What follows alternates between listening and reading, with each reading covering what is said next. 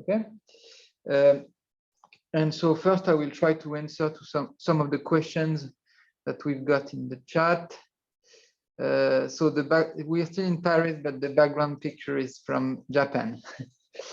So Anna Maria is asking a question.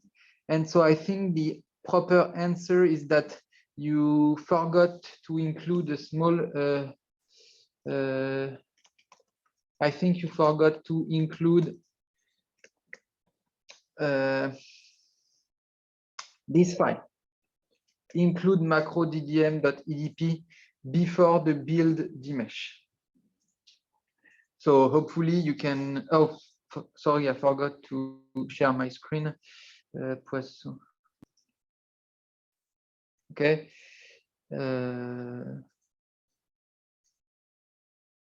I think we can just, I mean, we don't really care about self-seminar, I think.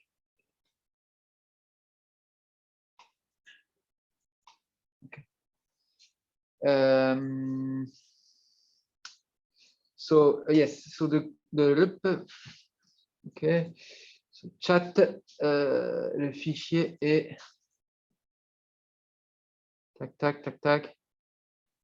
Oh no, so you have the include.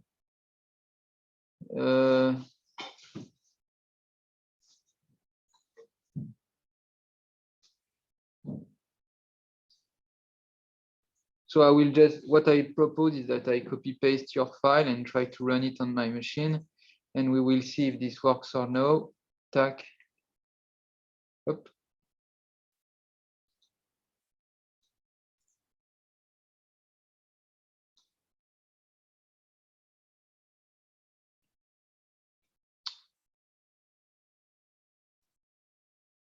Tac.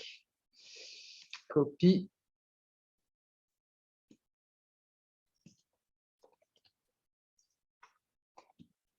Ouais.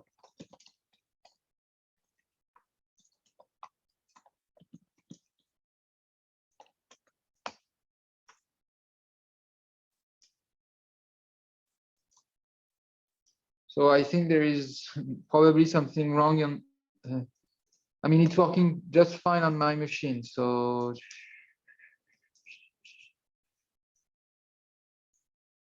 I guess even if I try that, it will work as well.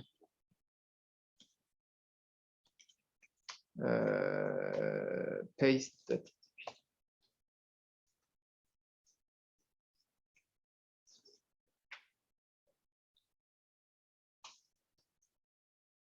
Yeah, I mean, it's working on my machine, so not sure what's going on yours.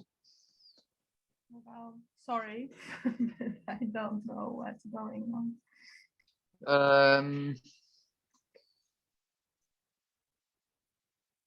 Oh no, no. I mean, yeah, it's supposed to work. Maybe you have an old installation, or oh, of course. Can you try to do something like freefm ++ MPI?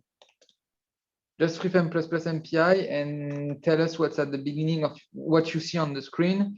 And my guts tell me that you have something like version freefm ++ MPI version 4 point something, and something maybe a little bit too old, but maybe I'm wrong.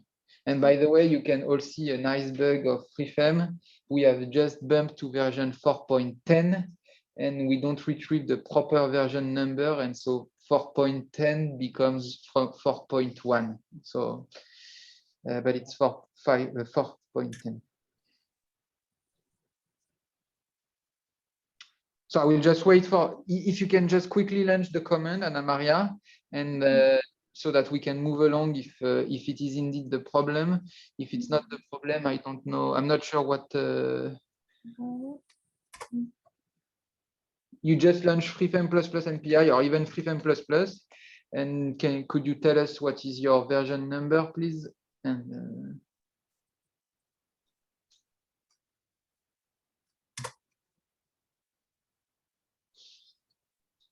okay, so you in fact have a brand new installation. So that's puzzling. That's really puzzling.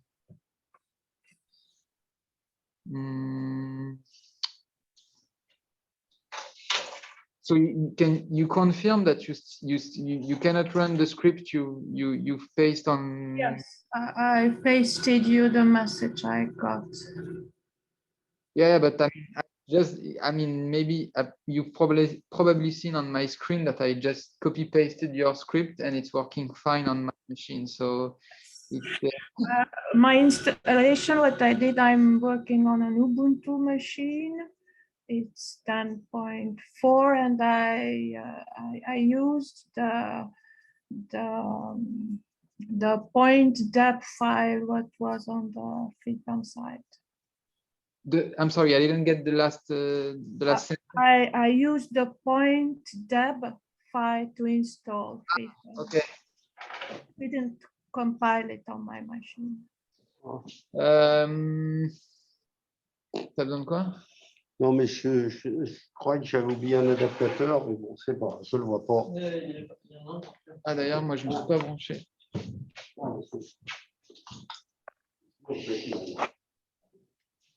Désolé. Non, pas de problème. N'oubliez pas qu'il y a des trucs signés pour les gens qui ont demandé. Sinon, il faut m'envoyer un mail et je vous enverrai l'attestation. Yeah, so I'm sorry. So I've never tried. I didn't try the .deb for this version. So I'm not really sure what the problem is. Okay. So what you can actually do is you can try to. You can just do something like you can open a file. And you can just put include macro ddm.edp. And see what it does. And then you just run, you run with one process without, and so you will see a lot of text, of course. And so, for example, then you can do something like grep build dmesh. And if you don't see those lines, it probably means that you have something, not the proper macro DDM that is being included. And so you have to figure out where is the macro.ddm.edp that is being included. And you have to figure out why it's not the one from version 4.10. It's a little bit tricky to debug, but that's the issue with the .deb. So when you are using a .deb, and you are reinstalling a new version, you may still have the old version installed, and so it can cause some. I had old versions before, indeed. You already had FreeFM installed, and you reinstalled the new .deb. Yes. Okay, so that might be the issue. So yeah, in that case, I'm sorry. I would, if I had the computer in front of me, maybe I could try to help you. But what do you advise when we want to update then a version? So I always advise to use the Git version so that you can easily recompile and reinstall. And furthermore, you can use a prefix install. And so if you use a prefix install, everything is inside a folder, and you can easily and neatly put all the FreeFM files together. With the .deb, you have files a little bit everywhere on your machine. And so that's why I advise people not to use .deb, but instead to compile from the sources, because it's more neat, in my opinion. So if you cannot get things to work during the session, please email me or post a message on the community forum or post a message on GitHub, and we will try to figure things out. But my guts tell me that you have a macro_ddm.edp somewhere on your machine that is being loaded, and this file is probably too old, and since then I've made some changes, and now you don't have access to the newest version, and you cannot call build dmesh. But with a proper installation, I've just copy pasted your script and everything was working nicely. So I'm guessing it comes from your installation. Okay, thank you. Sorry about that. Okay, so I propose that we resume yesterday's script, let's say, and so just as a reminder, we were solving the Poisson equation on a 3D problem. So this was the first part, let's say, of the tutorial, and then we moved to some manipulations of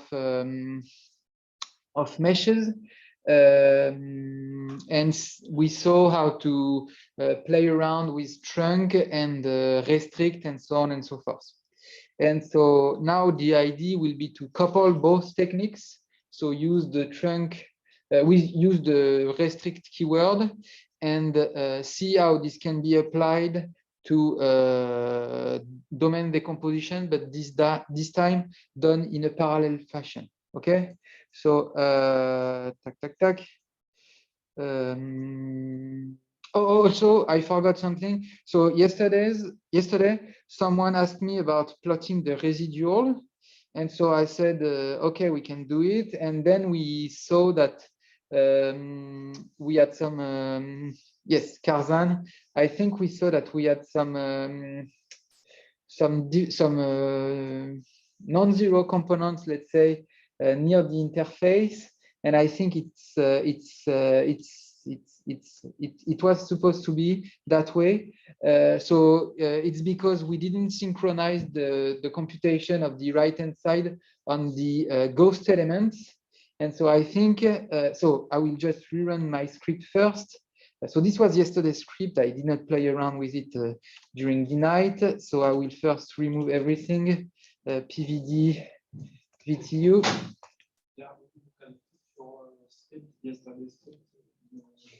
Is it possible to access your I can. I mean, I did not put it online, but I can send it to you later on. It will be. I can. It will be online later on. No problem. Okay. So I will just first launch my script again. Poisson.edp. Okay.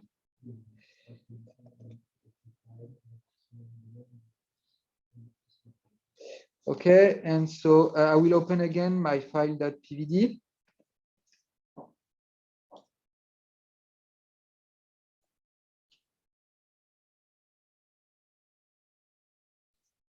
Okay. Tac. And so, if I'm not mistaken, yesterday we saw some. So the solution. Let's first check. Okay, so it's correct. And so yesterday we saw some. Yes, we saw some weird stuff on the subdomain interfaces.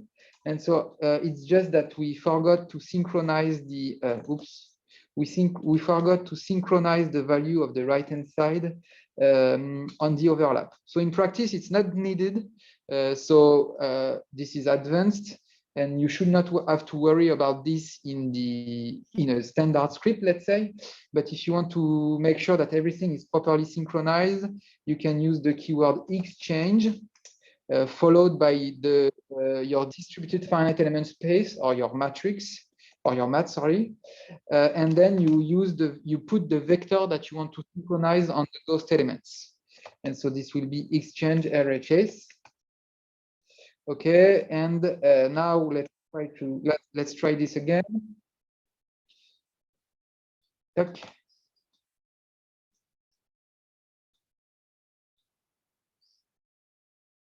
Oh, sorry. I just realized that I forgot to switch windows, but I will show again the script for Zoom people. First, let me reload the file. And so, okay. And now we can see that we have indeed a nice error. I mean, a nice error. It is the residual. And so everything is properly synchronized among subdomains. Okay. And so, in fact, it goes.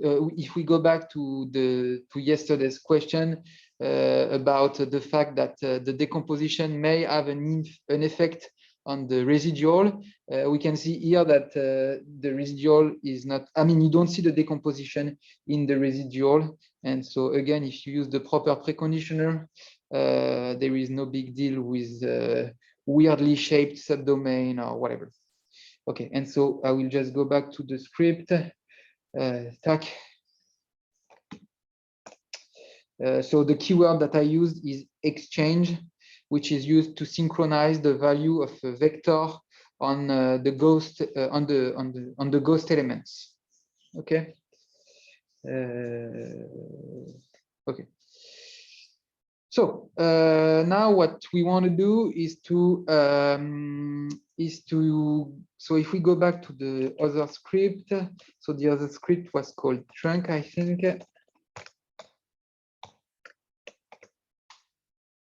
Yes, okay, so perfect. So this script was purely sequential.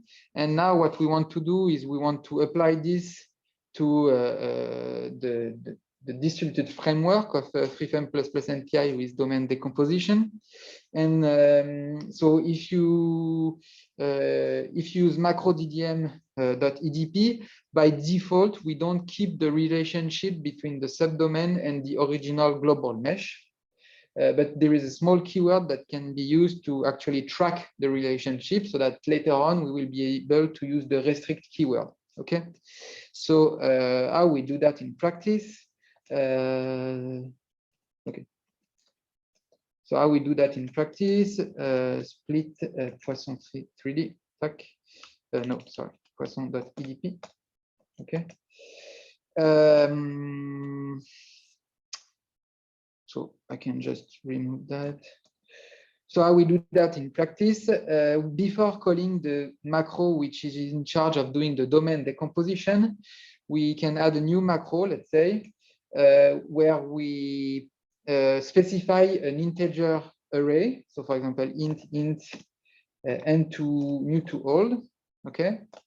And so the macro definition, the macro name will be the name of the mesh you want to partition, so th, followed by the new to old name. So you do this macro th n to o, and so this is just a macro definition where you put the value, where you put the name of your variable. Okay, so it's n to o here. For example, if you do something like foobar, okay, it's new to old. Okay, and so whenever this new to old macro is defined, we will know that you want to keep the relationship between the subdomains and the initial global mesh.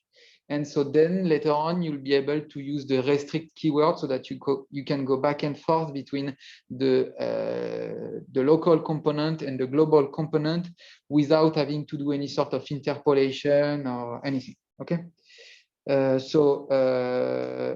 We will first make sure that everything is working properly. And so, for example, we can do something like cout n2o foobar.n before the mesh decomposition and after the mesh decomposition, and we will see that the vector is being automatically filled up by FreeFM for you. So MPI rank n2o array of size tag, and then the same after domain decomposition.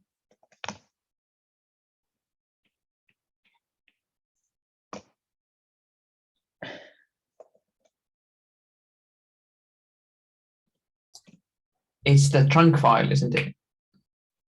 Sorry? It's the trunk file. It's not Poisson. No, I've switched file actually. It's Poisson here. Oh, okay.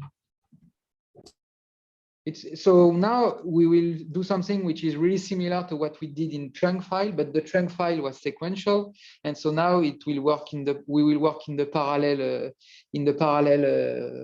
file. Let's say parallel.edp. And so now we can see, okay, At first, we only did a variable declaration, so the size is 0, okay? And then after the domain decomposition, we can see that the array is being properly filled up. And so now we will have a relationship between the original mesh and the subdomain, the original global mesh and the local subdomain mesh, let's say. Okay. So of course, when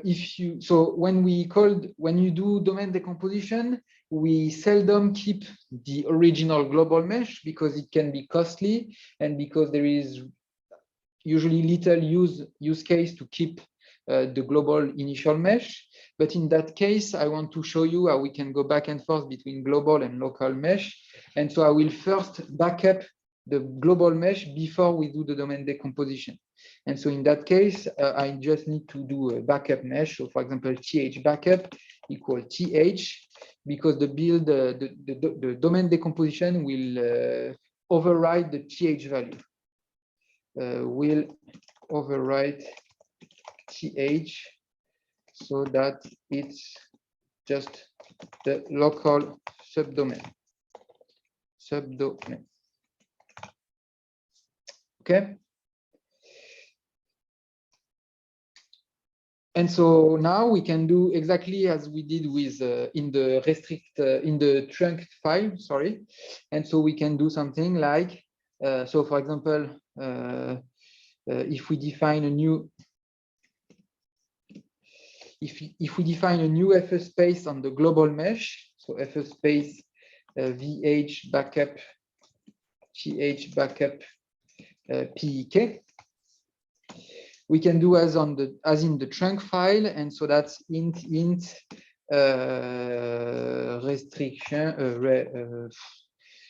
restriction equal restrict. Okay, so sorry, I will open again the trunk file because I always get the order wrong. It's first the small, let's say, FS space. So in my case, the small FS space is just called VH, I think. Yes, VH. Then it's the larger FS space. So in my case, it's VH backup. And then it's the subdomain relationship. And so in my case, it's called N2O foobar.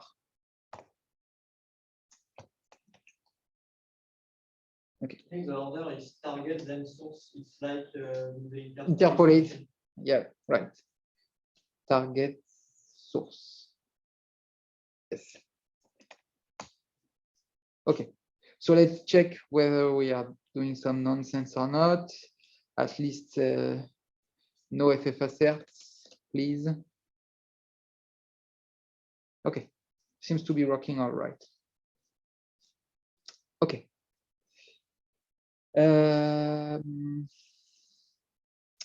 So now we know how to go from we know how to go from global to local or local to global.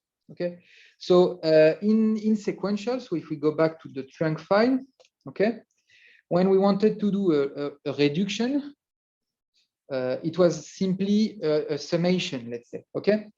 But now we have to think parallel. Okay, so each process has its solution, and we want to sum everything. Okay, and so for distributed memory parallelism, you can do what we call reduction. Okay, and so reduction are basically when you want to have multiple processes exchange information and do some sort of reduction operation. And so a reduction operation can be a summation, taking the maximum value of on each process, taking the minimal value, so on and so forth. Okay, so maybe you're not very familiar with MPI. So what I propose is that first we play around a little bit with what is a reduction, and so I will create a new file. Okay. And so I will just show you what is a reduction. Okay. So let's say, for example, you define you have a value int my local value, and let's say, for example, this local value is equal to the rank of the process. Okay. So just as a reminder, the rank will be something, an integer that will rank from 0 to MPI size -1. Okay. And so now you want to sum all those local values inside. You want to sum all those values among MPI processes. So let's define another value, my global value. And so you can do a reduction by using the keyword, the free-frame keyword MPI reduce. Okay. And so for doing a reduction, you need to use the local value, so my local value. Tell to free-frame where to store the resulting reduction value, so my global value. The kind of operation you want to do, so for example, a summation, and on which processor you want to do the reduction. So for example, let's say I want to compute the summation only on processor 0. You can just do processor 0. And you also need to put the communicator on which you want to do the reduction. So here I want to do the reduction on the global communicator. So the global communicator is MPI Comworld. Okay, so there is a really high chance that this is not the correct order. Please just give me 1 second. Git grep MPI reduce. Okay, it was not that bad. So just I need to fix this. Tac. So in fact, it's MPI sum at the end and MPI Comworld inside the processor definition. Tac. Tac. Okay, and so now let's say if my rank is 0, so if I'm processor 0 from MPI Comworld, see out my global value. Okay. And so hopefully, if we didn't make any mistake, my global value should be equal to MPI size times MPI size -1 divided by 2. The sum of the integers from 0 to MPI size -1.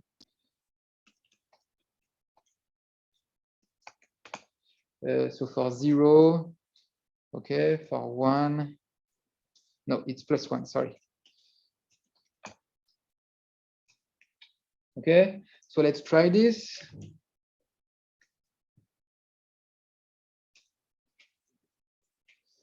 Let's try this. So reduce.edp.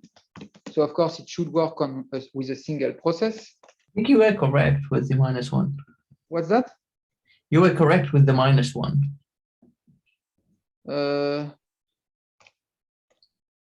MPI. So if you use 2 processes, 2. Oh yeah, okay, yeah. Sorry. Thank you. Anyway, and oh, sorry, it's my global value. Tac. Okay. Okay. Okay, so it's working. Just give me 1 sec.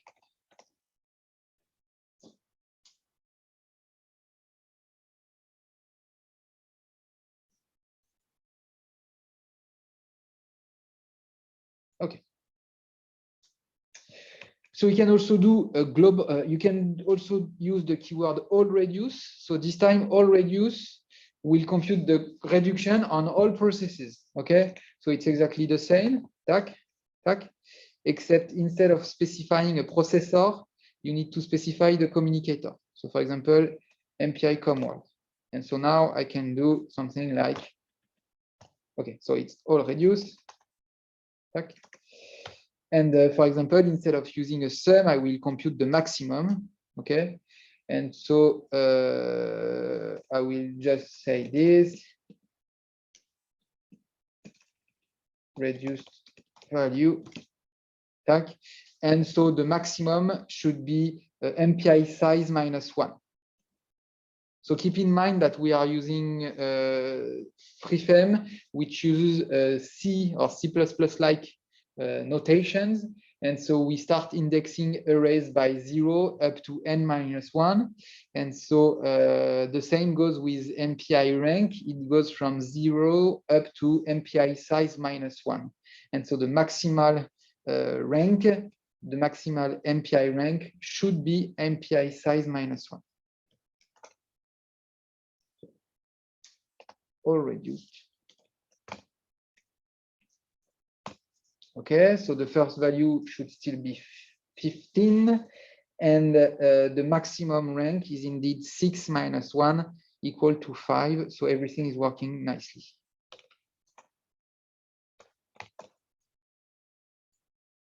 Okay. So we will use this kind of reduction to come to. Yes, on Windows. Yes. The order, the command. So on Windows, the command should be something like C.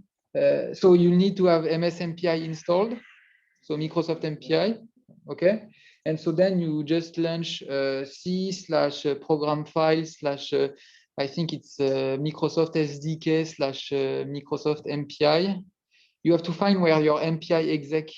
It's MPI exec. Yes, MPI exec -n number of processes space FreeFem++ MPI.exe.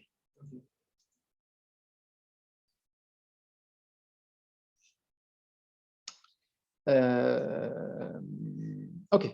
Yes. So now, if we go back to the Poisson file, we will replace. I mean, if we go back to Poisson and trunk, we will replace the += sign in the sequential script, let's say, to a reduction in parallel. So with the MPI reduce or all reduce keyword. Okay. So tac tac.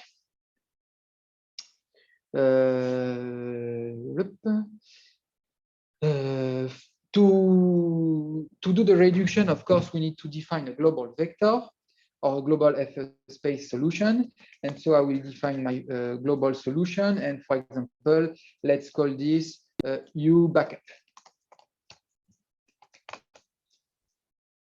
Okay. And so now we just take the same script as in sequential and just copy paste. Okay. But instead of having those variables, they are called U backup. It's not rest P1B, it's restriction.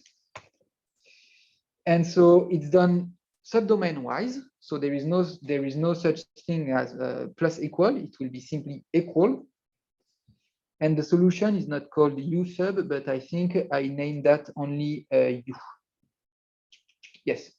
So let me put that here. U. Okay.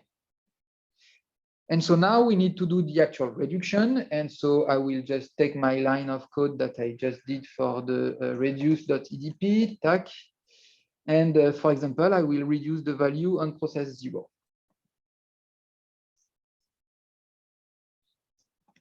Okay. And so I want to sum all local contributions. And so of course, so this will be my local value will be U backup. And so I need again to define a function in which I will sum all local contribution. So U reduce. And so I put all pieces of the global solution inside U reduce. Okay, and I compute a sum. Okay. So now I want to export the solution. And you have to keep in mind that when you use PETSI, by default, save VTK will be used to export distributed solution. Okay, so there is a keyword in the save VTK in the same VTK command, which is the communicator on which the export takes place. And so by default, this communicator is the global communicator. Okay, so it's communicator equal MPI com1. Okay, so this is the default. But here my value, my vector U reduce will be only correct on processor 0. Okay, so I will use another communicator, which is just a communicator with a single rank in it, and the communicator is called MPI com self. Okay, so I will just create a new file. Okay, and I can just say VTK on the single process, which is processor 0. Okay, and so I can do if MPI rank equals 0. Poisson 3D reduce .vtu. And so here the mesh is not the local th mesh, it's the th global, th backup, I think it's called. It's not U, but it's U reduce. We are still doing order 1 computation, but we have to be careful. It's not com word, it's com self.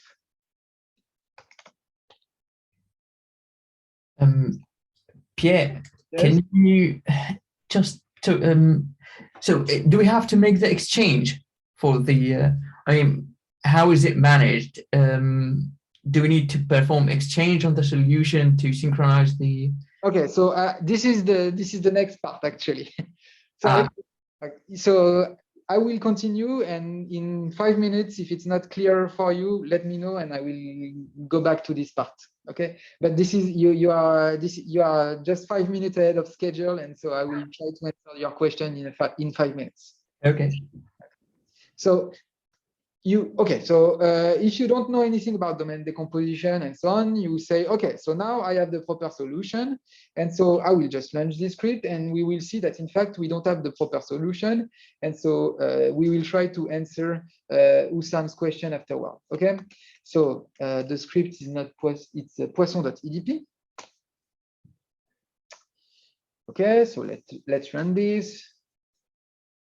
Okay, so now if we go back, we should have, okay, a Poisson reduce file, so we can open that file. Okay.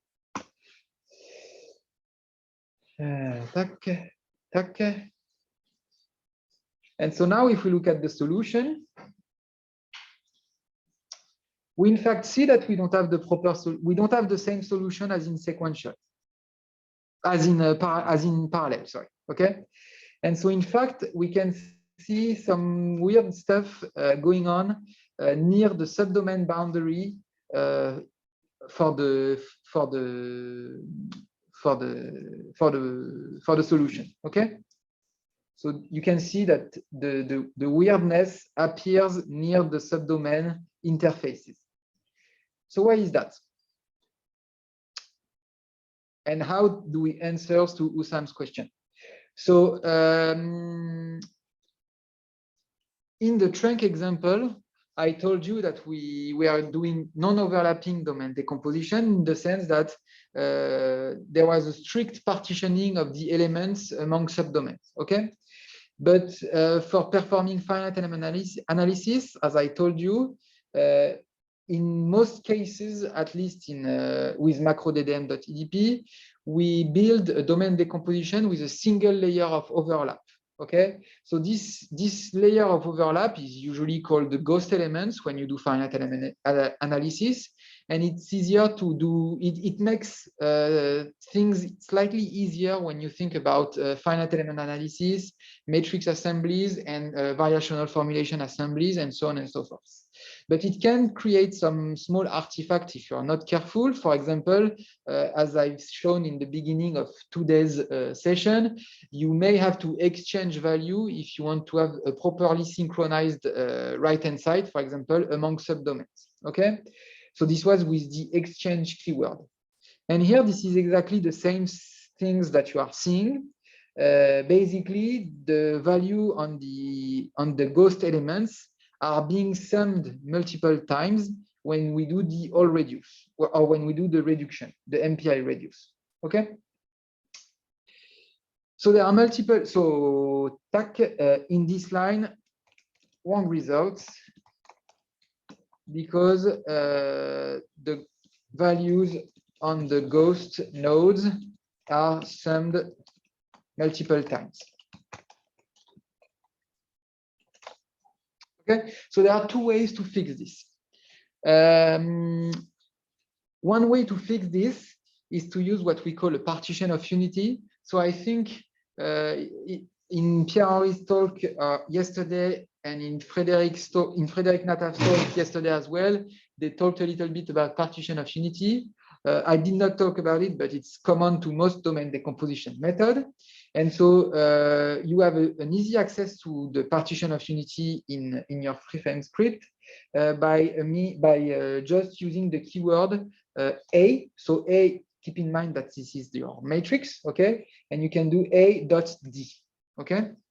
And so the idea now will be to scale the solution U by the partition of unity, so that if you sum multiple times, so that when you sum values on ghost nodes, they will be properly scaled by the partition of unity, so that there is no redundant information, let's say. Okay, so how to do that? I will just show you. I will define a new variable, a local variable this time. So it will be, for example, uscaled. Oops, sorry, uscaled. Okay, so in uscaled, I will simply copy uscaled. I will simply copy my u, and now I will scale my u scaled by the partition of unity. So you can do scaling. So I think it's either that or pointwise multiplication. I think this should work as well. Okay. And so now I will do everything again with the restriction and the reduction. So tag u backup. I will call, or I will just do it in the following tag. I'm just copy pasting everything. Tag here. U backup restriction, it's not equal to u, but u scale this time. And now I do the same. So I do the reduction. And if I'm process 0, I will put that file, I will put that new solution, new reduced solution at the end of my Poisson reduced VTU file. And so append equal to true. Okay. So now let's try this again.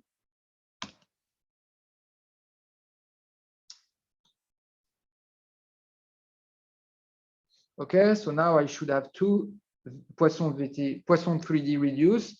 The 000.vtu is the wrong file with no synchronization, and the 0001 should be the correct one with the properly synchronized value. So let's see. Tac. File, reload files. Okay. So this is the wrong solution, let's say, and still wrong. Why is it still wrong? Okay. I think I know why it's still wrong. Oops, sorry. So why is it still wrong? It's probably still wrong because I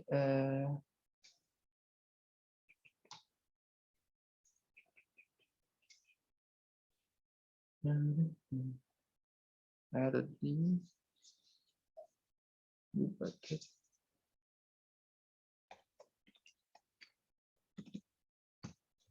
You scale after the reduction. You updated the U backup, but there might have been some non-zero values, probably. Like that, but I don't change you. Anyway, let's try this.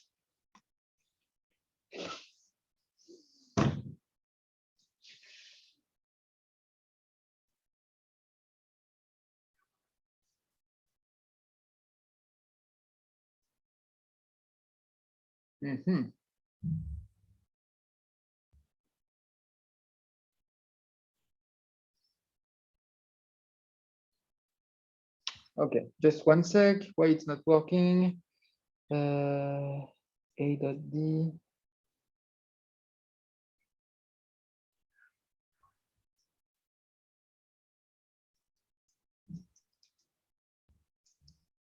You backup restriction.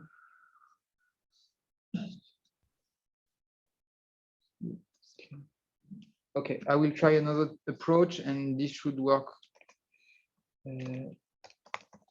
Just one sec, change numbering. You scaled. So from P, no, temp, just one sec, please bear with me. You scaled inverse equal true, scale equal exchange, no, this exchange equal false.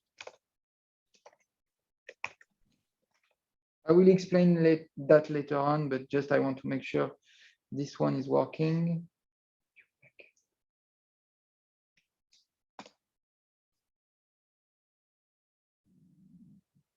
You didn't replace TMP, did you? Hmm? You wanted to use TMP instead of use scale, right?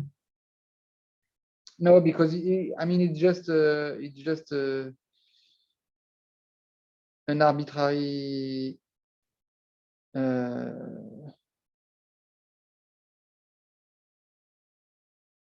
okay, there is something that okay, just I need to figure this out because this is puzzling. You backup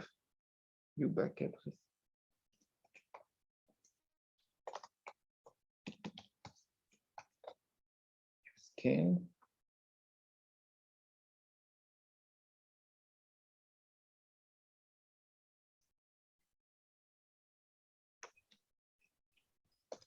You change the numbering, but you didn't multiply by the partition. Yes, so when you change numbering, you go from free-frame to petit numbering in which there is no overlapping. So subdomain unknowns are assigned to a single process. And so that's one way to remove ghost elements. But it seems to be still not working, which is not okay. And so the restrict is from the free-frame numbering. right. You change the restrict. Because the restrict is still This one restriction is still from the old number. from the number. Yes, but then attends. So the first change numbering goes from free-frame to petit, and then to petit to free-frame. And so you scaled, you backup. What is this?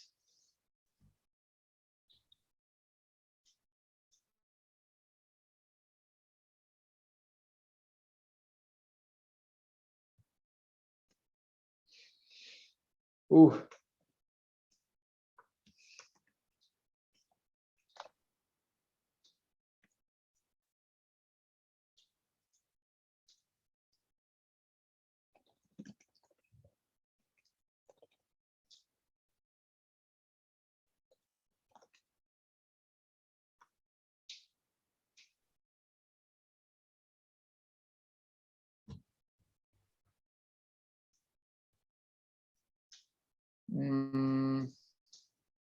Okay.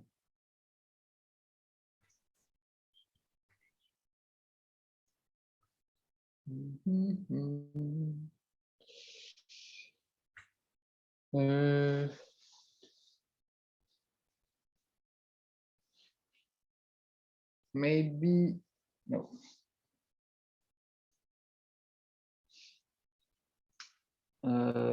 Channel. We don't know how this can work. So Which one?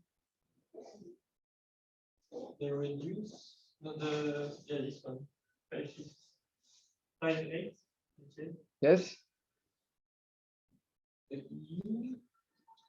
Since we change the numbering of u, No, this one in the first change numbering here, I don't touch U, I touch TMP. We go from U to TMP. Okay, and here we go from TMP to U scaled, but it's not U. Do you see what I mean? So you expect 59 to be wrong, right? Yes, 59 is definitely wrong, but I don't understand why 70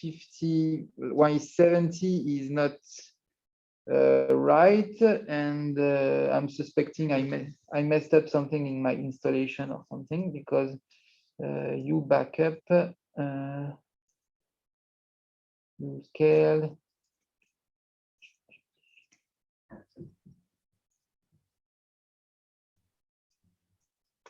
Just give me 1 sec.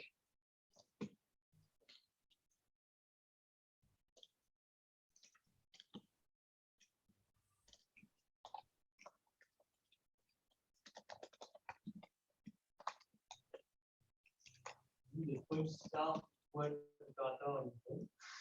Which one? The point star equal operator. When you No, but I'm not using it anymore here.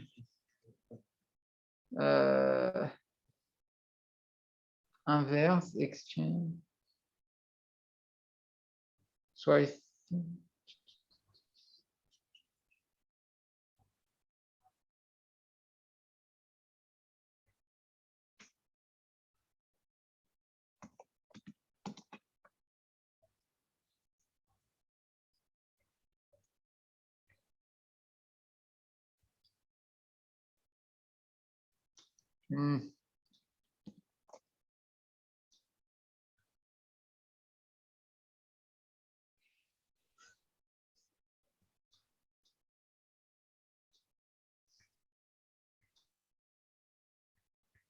What?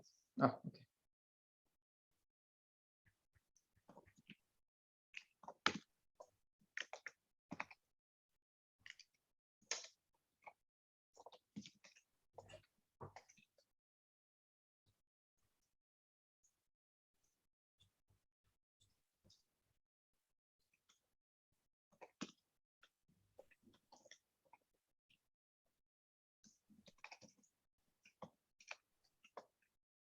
Okay. And to O WH plot. Okay.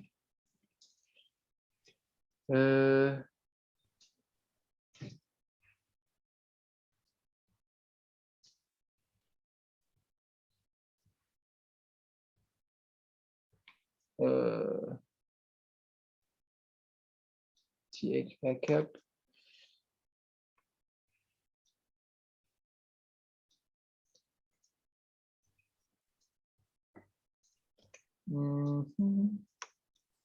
So there is too much things in my script. I cannot.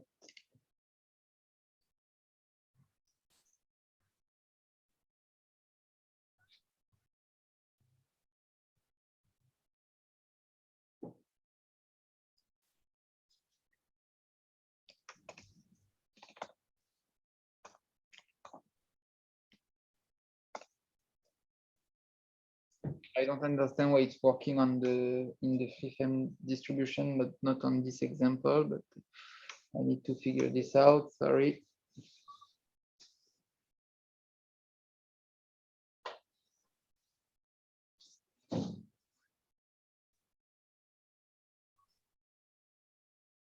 Okay. Sorry. Short X.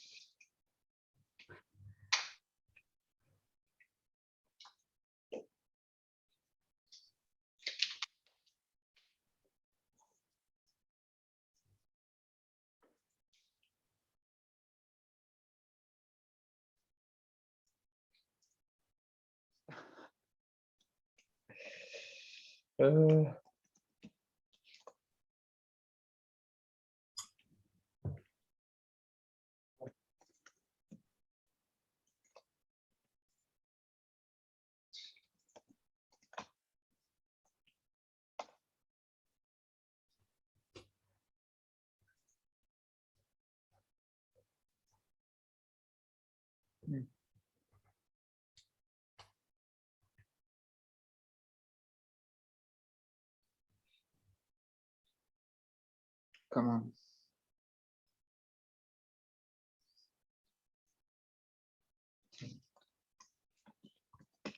This is frustrating.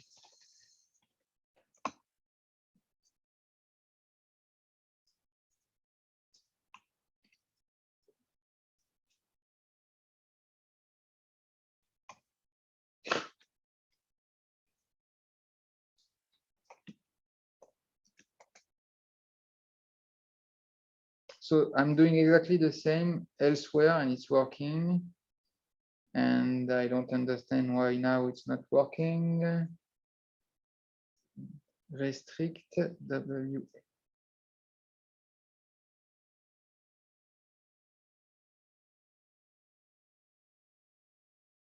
CA.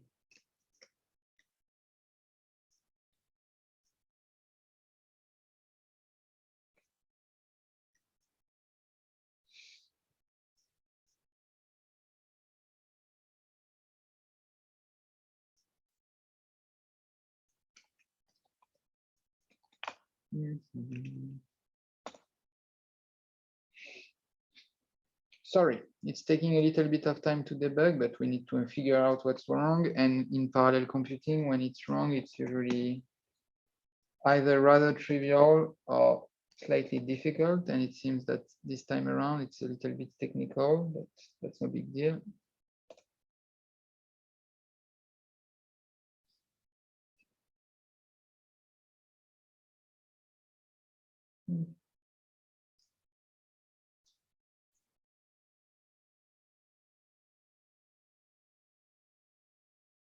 Okay, so it seems the solution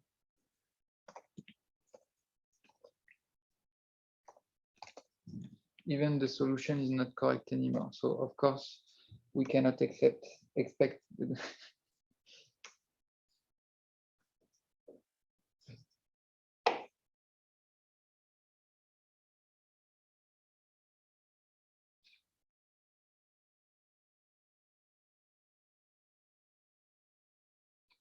what?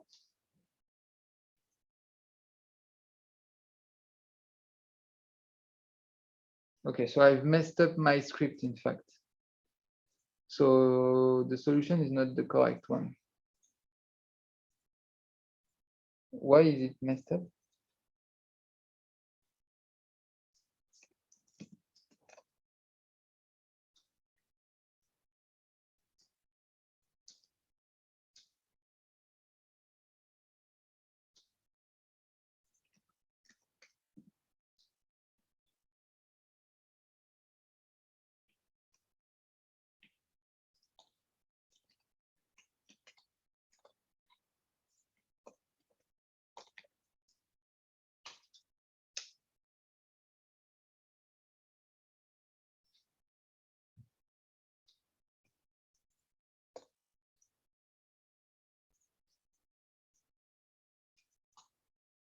Okay. So now if I'll try this again.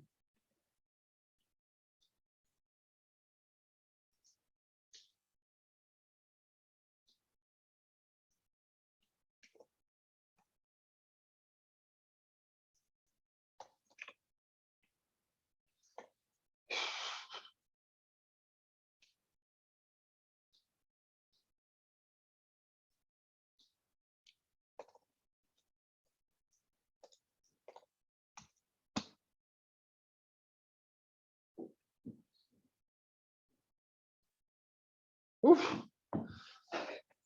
Okay, so for Zoom people, new share.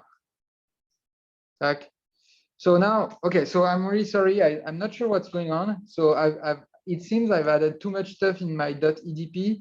And so by adding layers of layers of layers, somehow I broke something somewhere. I'm not sure where. But anyway, in fact, we were seeing the proper results, but of the wrong solution. And so I thought that I did something wrong with how we exchange value. But, it was just that we didn't get this proper solution anymore. So of course, the visualization was showing off the wrong solution that was not properly computed. But so I've fixed the .edp somehow. And so here you can see the parallel solution, so distributed among 4 MPI processes. And now you can see the sequential solution, which, I mean, the centralized solution, which is gathered on the single process. Okay. So I will go back to the .edp. And so I did something a little bit technical with the change numbering stuff that I did not explain because it was just for debugging purposes. I will first try to see again if we can make things to work again with the partition of Unity. Okay, tac. So I take my solution, I scale it, and then I put you. Okay, so this is the wrong solution first, and then the correct solution should be here. No, it should be here. U scaled is U times the partition of Unity, and then we sum everything together. Okay, so let's try this again.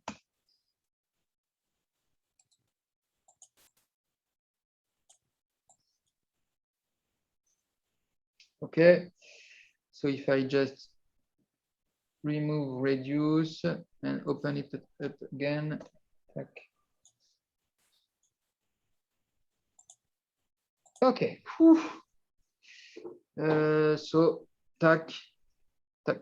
So now you can see we've got the correct solution, which is centralized on a single process. Okay. So tac, tac.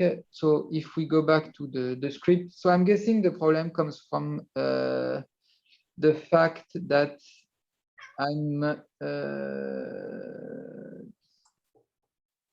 I actually don't really know where the problem comes from. Exchange. But anyway, as it is, the script works, so this will be the correct solution that I will put on the web. I probably added something somewhere which makes the script to probably this line. I'm not sure. Exchange RHS. So let me just please give me 1 sec. I need to check one thing. Exchange in.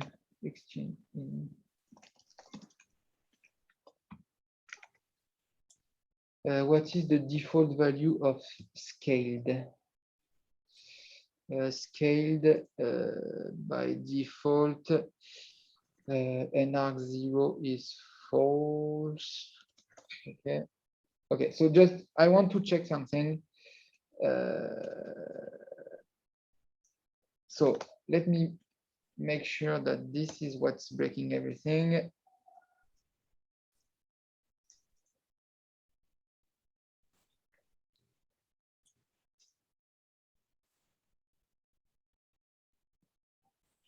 Okay, so it's in fact this line that is breaking everything. And so now if I do this, I'm guessing this will make things work again. Maybe not, in fact.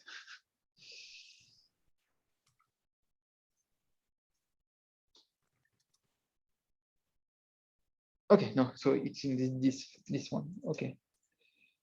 Okay, so now it's running, and so I can put back everything. Tac, tac, tac, tac, tac, and run this again.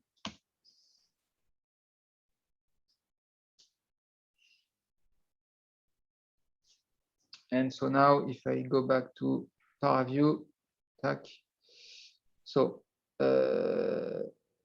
tac, if I reload this file, reload, yeah, okay, tac, okay, so we got the proper solution, and we've got the proper solution here as well. And okay, so I'm really sorry for the trouble. I think we are all tired. It's the end of the week. Anyway, so now we've got everything working in the sense that the residual is properly synchronized among subdomains. The solution is correct again in parallel. So that, and the centralized solution, the reduced solution is correct again. So, okay, now everything is okay. Everything is okay. All right. So, where were we? Where were we? Where were we? Tac.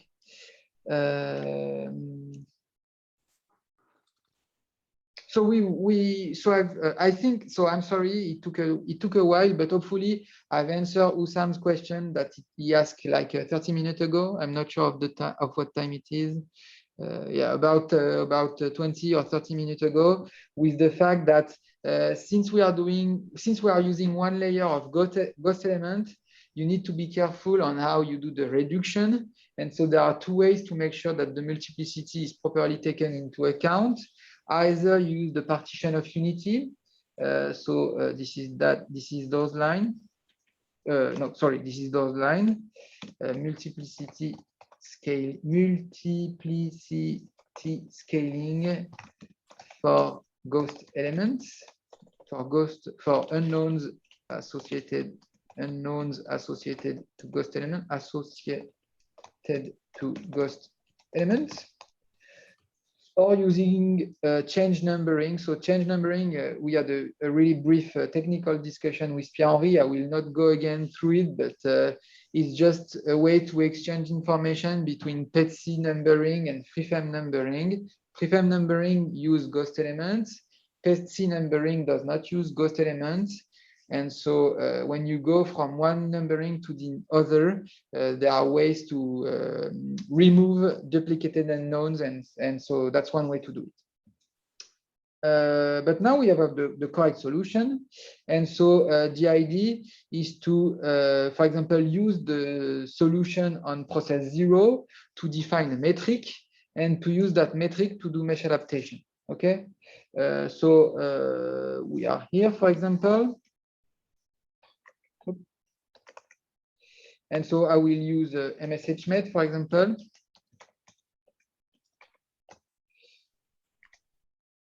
Tac.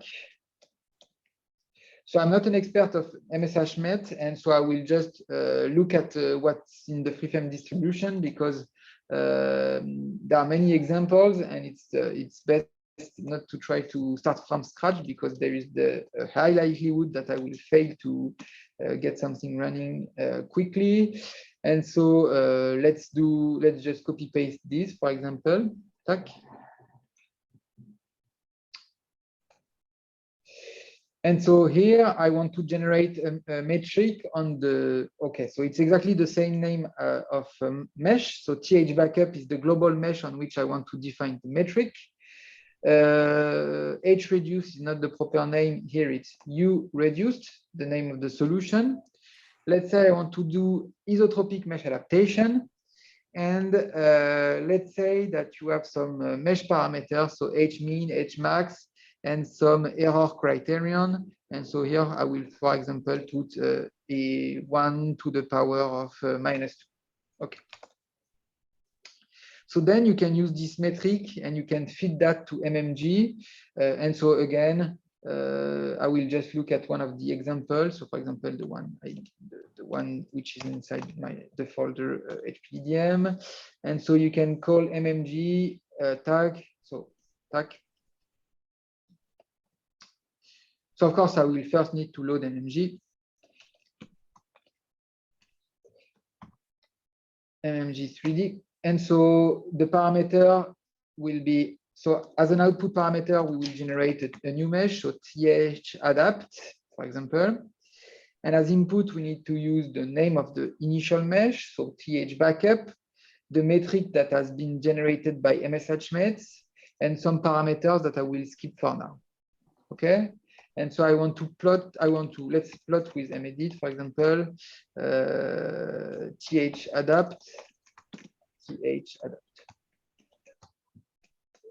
Okay, so again, I think I will need to load medit, load medit. And so now let's try this.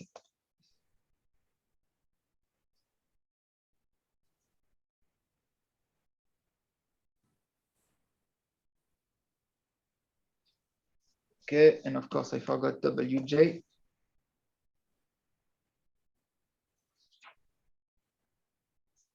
Okay, so tag. Okay. So you can see here the newly generated mesh. Of course, there is nothing fancy because the problem is quite trivial. So maybe I will try to decrease the mesh size. Okay, so we have about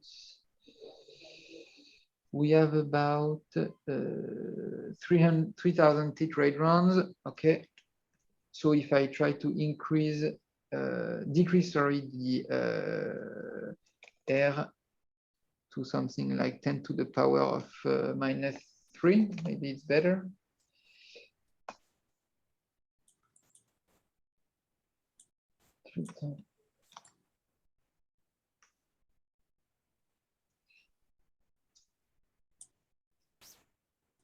Okay. So still the mesh, I mean, we are asking an isotropic mesh, and the problem is quite, I mean, the solution is not varying very sharply. You don't need any mesh. right. So maybe I will change I will probably add some sort of, maybe we can add, okay, so we can use the tag, this one. This is not used anymore. And probably we can use also some of the boundary condition. Let's try this.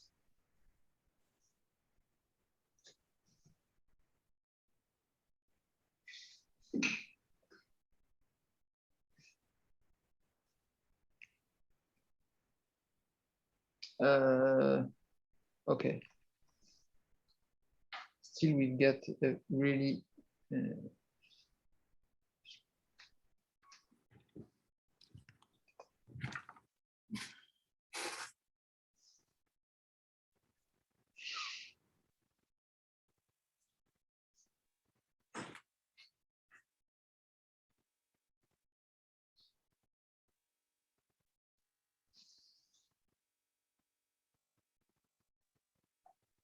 okay, well, I guess. So we have to play around a little bit with the MMG parameter to get to generate something nice, but I think you get the idea that you can how you centralize and then how you call MMG. Maybe I need to generate. Maybe the initial mesh is not. On the right hand side is 1. No, it's varying. Now the solution is actually not so trivial, I think. It shouldn't be. Right. But maybe the mesh is not fine enough, and so the generated metric is just noise. Let's try this.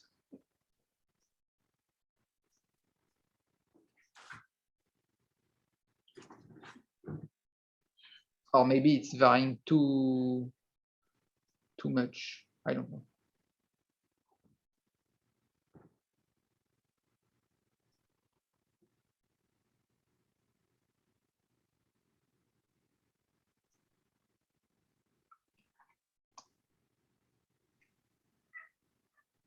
That's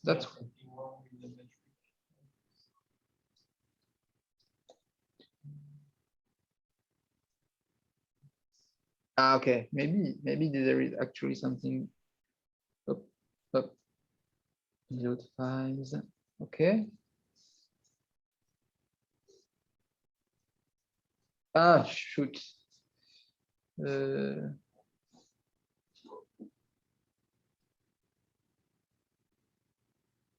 Huh.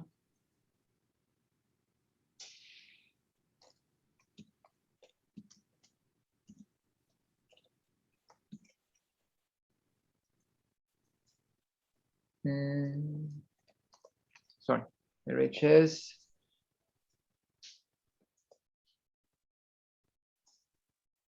Okay.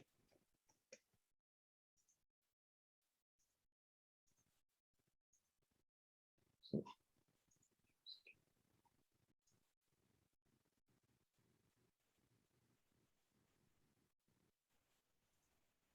okay.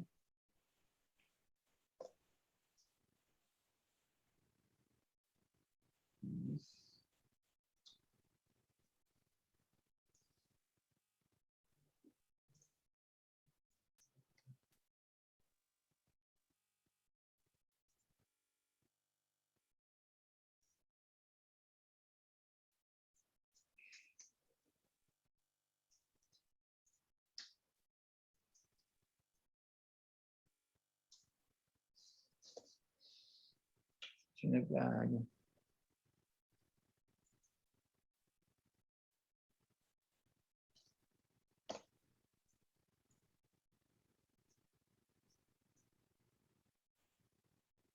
Okay, so no, the reduced solution is okay, but the metric is not. I mean, the MMG is not behaving how I want it to behave, but that's okay. Hash max.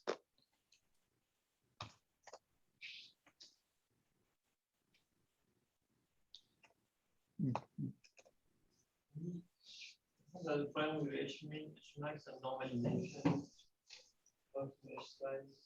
You can try to not have any Like that?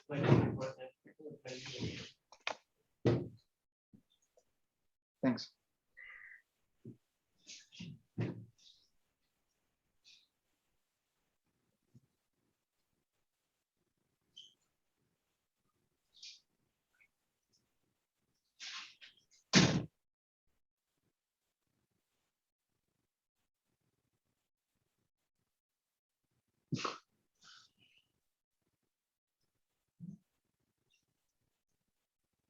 Or maybe this is too low.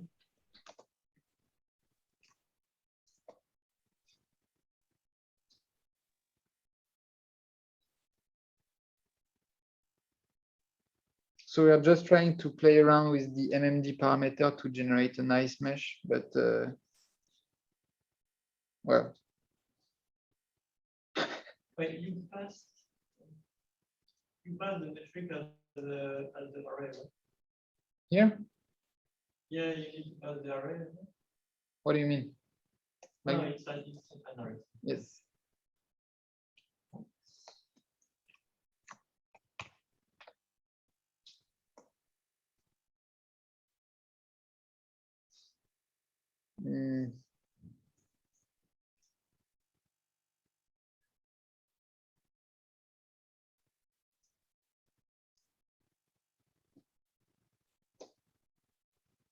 Come on, MMG. We believe in you.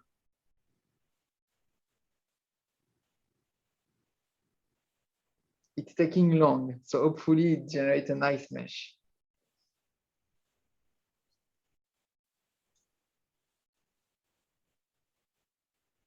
It's taking so long, so it's probably not generating a very nice mesh. I put a crazy error for the metric, like 10 to the power of -5.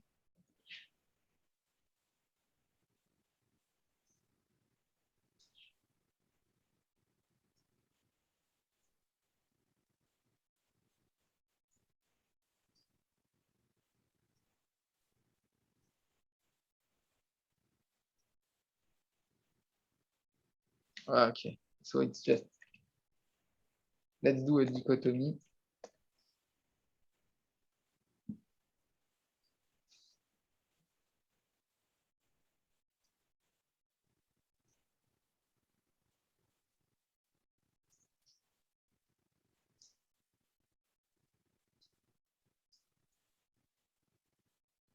Okay, so that's not really interesting. How about 10 to the power of -4?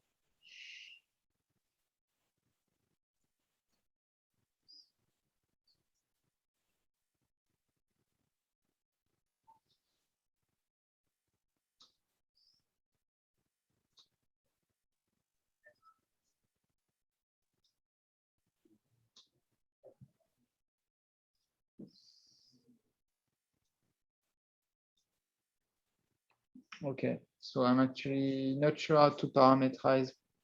So for Zoom people, I will just show my medit file. And so somehow, I don't know, I'm not sure I understand why, but MMG is generating an almost uniform and structured mesh, whereas the solution is clearly not structured. Input maximum and minimum metric. I think it's a message made giving you value. Just method.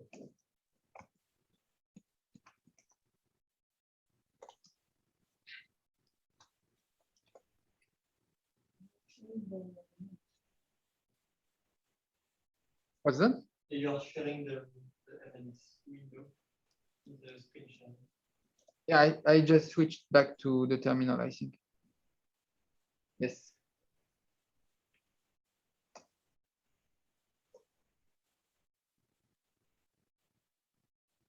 Ah, j'ai une bonne idée.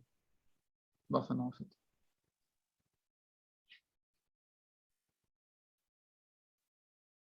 Ça te semble correct?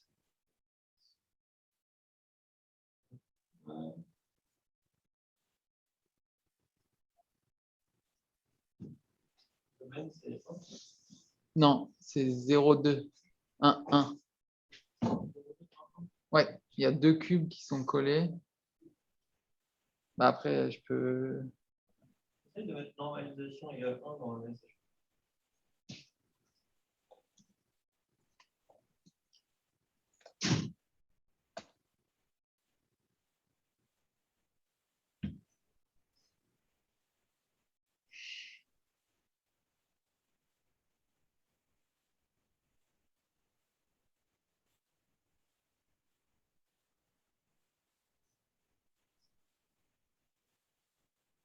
Ça semble être les mêmes valeurs.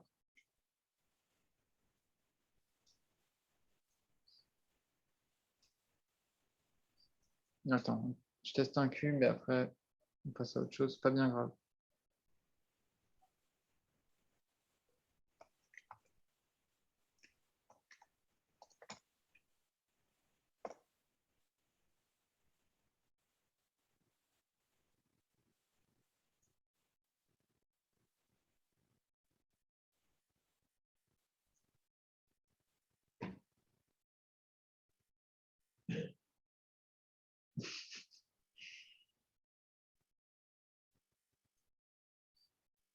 C'est quand même bizarre.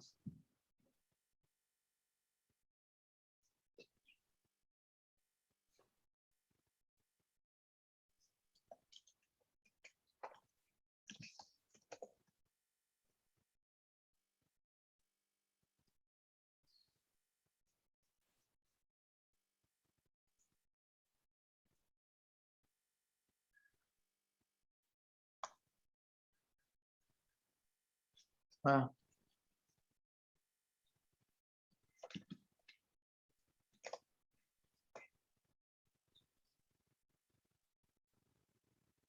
Oh.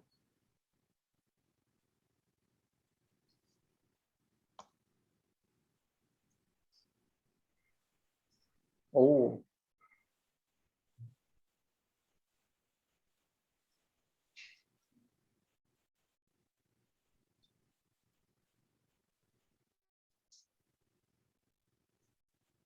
Oh, okay. Okay, so I guess with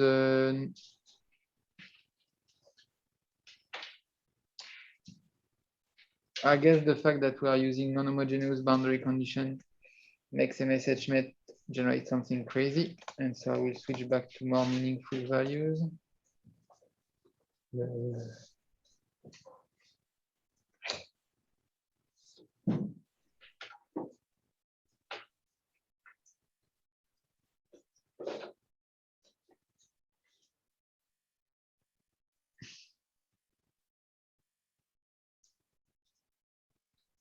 Yeah, I think that was that.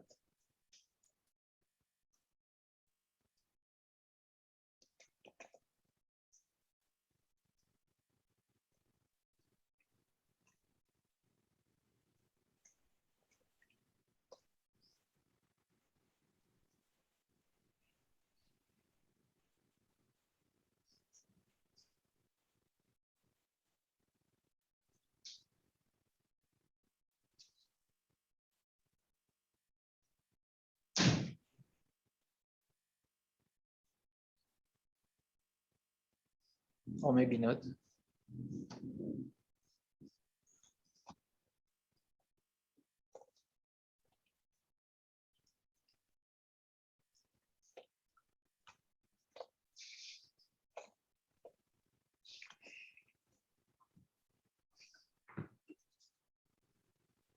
So we're all trying to learn MSHmate together.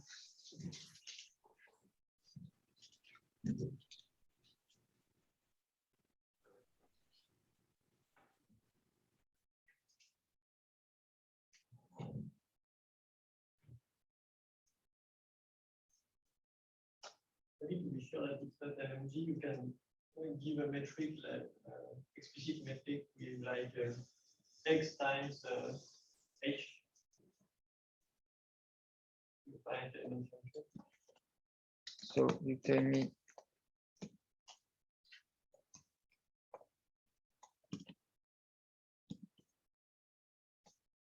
Say. 10 to the minus 2 plus. Ah, okay, no. I think it's working. It's just painfully slow, and I don't know why. But the gradation by default is 2 times. H grad might be twice. That's why H grad is twice. 4? 3. Let's go for 3.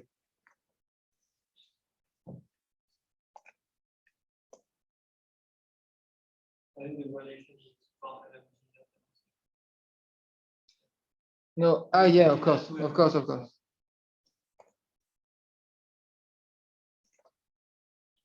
So for Zoom people, I'm sorry, it's a little bit hectic.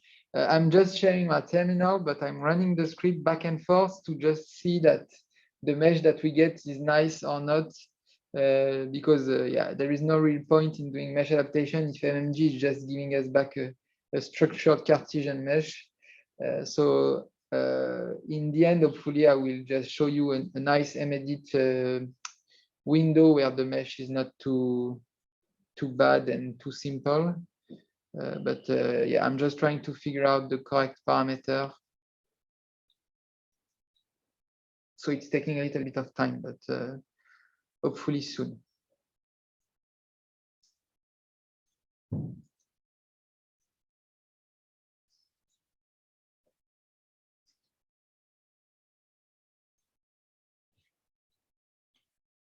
Okay, we are going somewhere, I think. Maybe I need to further increase.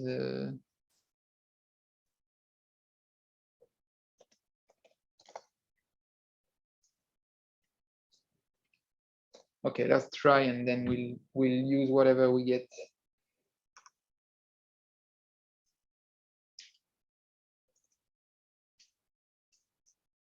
So mesh adaptation is like solvers. You need to fiddle around, play around, and at one point you'll be happy with the parameters that you have, but it's not an exact science, let's say.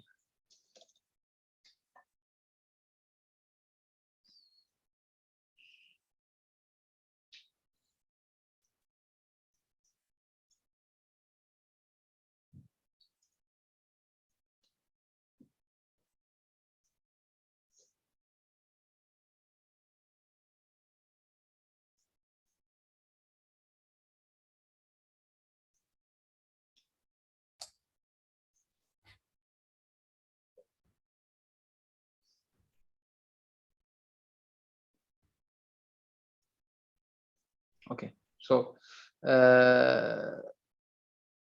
okay, so this is the solution that we have right now. Okay, so you can basically see that there are two, I mean, the solution is the source term is made of sines and cosines, and so we've got some sort of periodic like solution. Okay, and so with tubes, elongated tubes, let's say. And so if we feed that to if we feed that to MMG, sorry, we somehow get a similar structure in the mesh. It's still not the best, but yeah, I'm not sure what's the proper parameter here for MMG, but that's no big deal. We will just continue with this mesh, and so we will try to move on with the rest of the script. Okay. So now the idea is that we want to solve again the problem of on this newly generated mesh. Okay, and so I will just open up my script again, and what we need to do, so I will just remove that. And so what we can do now basically is start from the beginning. For example, we can broadcast the adapted mesh to all processes using another MPI keyword, which is broadcast. Okay, and so now what we want to do is, so I will remove this part, or maybe I will do this part afterward.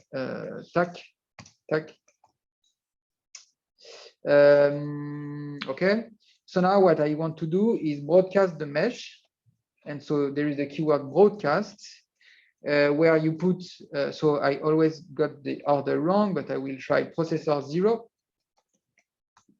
MPI comword, followed by the name of the mesh.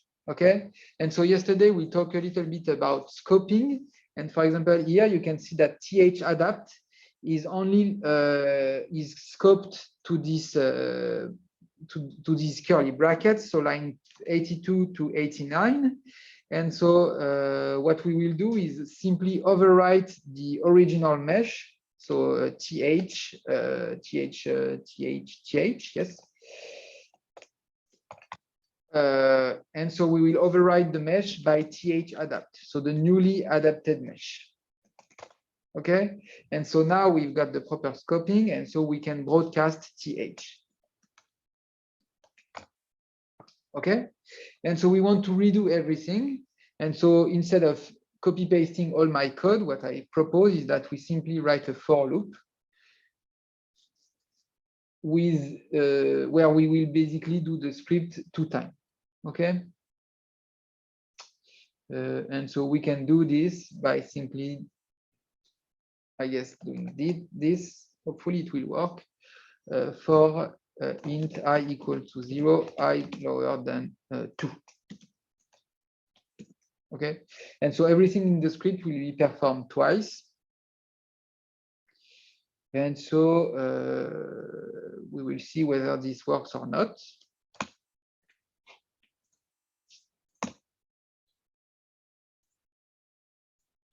So first the solution on the non-adapted mesh, and then the solution on the adapted mesh, hopefully. Okay, so the script runs for the solution on the non-adapted mesh. Okay, MMG takes a little bit of time.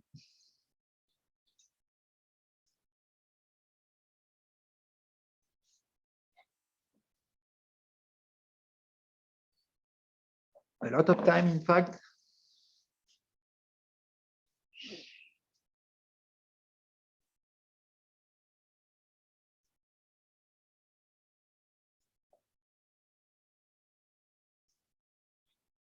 Okay.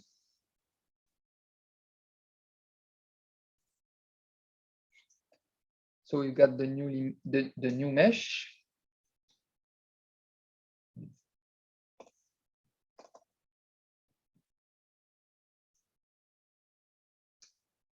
And then we loop back at the beginning of the script. But of course, now the mesh is huge, so I don't know if it will complete easily. Yeah, it's quite huge. Okay, so let's give it a go. Oh, okay. In fact, it's solved quite easily right now by Hyper. Okay.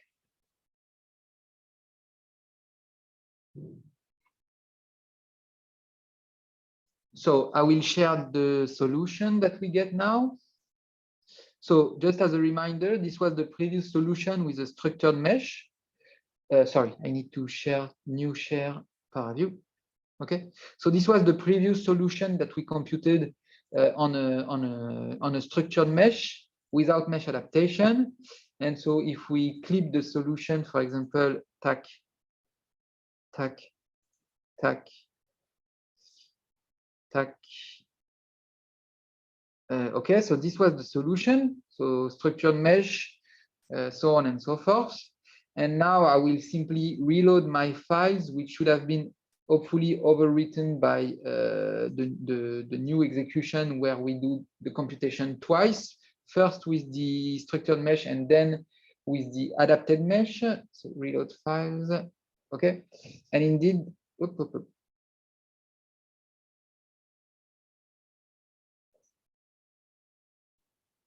okay, so the solution still the same, but this time if we look at the edges, we can see that this is on the adapted mesh, so it becomes unstructured. And okay, you can, okay, so yeah, the adaptation by MMG is maybe not the best, but I guess we are not giving a really meaningful metric.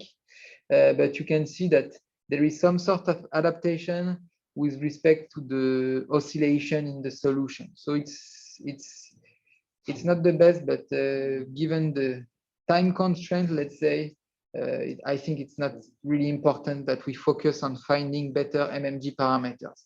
So the idea is that to sum up what we've done thus far this afternoon, we've centralized the mesh on a single process. We've used MSHmet and MMG to create a new adapted mesh. And then we have looped the script to just solve again the problem on the adapted mesh, okay? And so everything is working nicely. And that's, I mean, after some debugging. And so that's nice. Okay, so let's jump back to the original script. And so you've seen that MMG is taking a little bit of time. So maybe instead of using MMG, we will try to use parMMG, okay? So I go back to the beginning of the script, and instead of loading MMG, I will simply try to load parMMG, okay? So what are the changes? Well, of course, we don't call MMG 3D, we will call parMMG, okay? So parMMG is a parallel tool, and so it will have to be called on all processes. Okay, so instead of having okay, so it must be called on all processes. Okay, and so not only do I need to call this if I'm rank 0, I will also need to call this if I'm not rank 0. Okay, and if so, the metric can be only on process 0, right? Yes. Okay. I think part of the point is that because basically you are looking at the second derivative of the cosine function. I mean, representing a cosine function, you still need a homogeneous. Yeah. So. Actually. So maybe you want me. I think the plan is the cosine actually, but.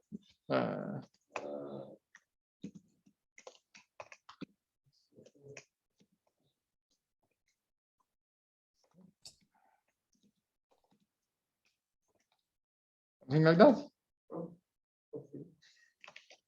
Okay, so maybe I just try that first. MMG, parMMG, MMG 3D. Still, we get something somehow meaningful. It's a little bit trivial, but anyway, it's just to give an idea. Oh, okay.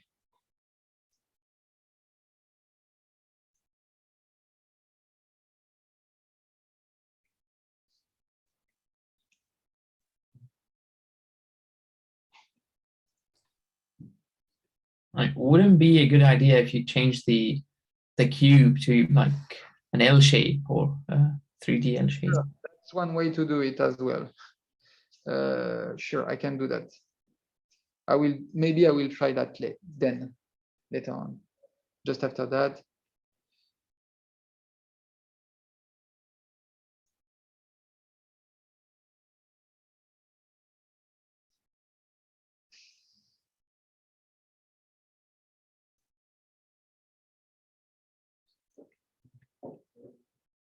So tag th shrunk.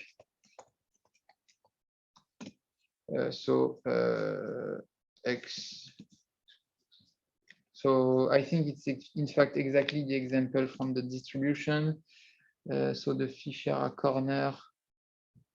Tac.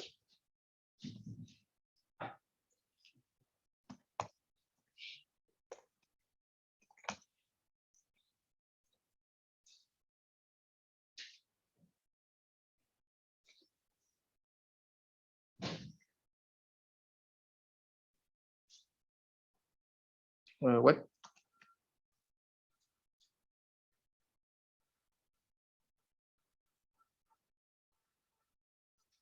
TH.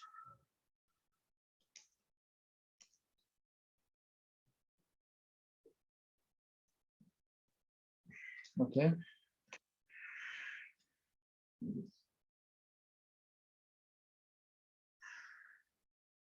Ah, sorry. No.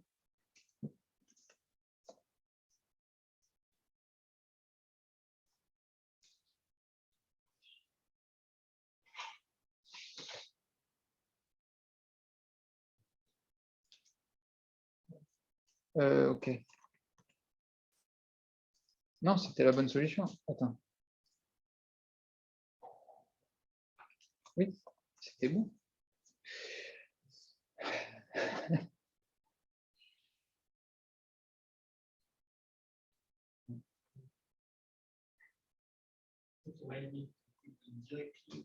On. Yes. No, but you're right. Maybe we can get even something nicer. So let's try label equal 3.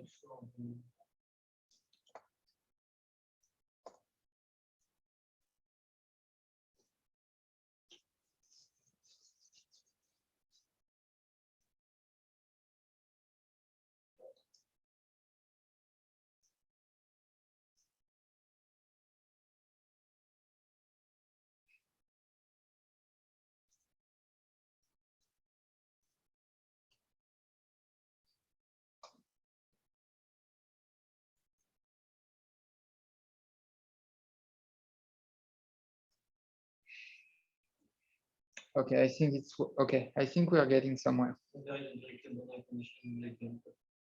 Yeah, right. But yeah, and ParamMG is working. MMG is working really hard, so I think we are getting somewhere.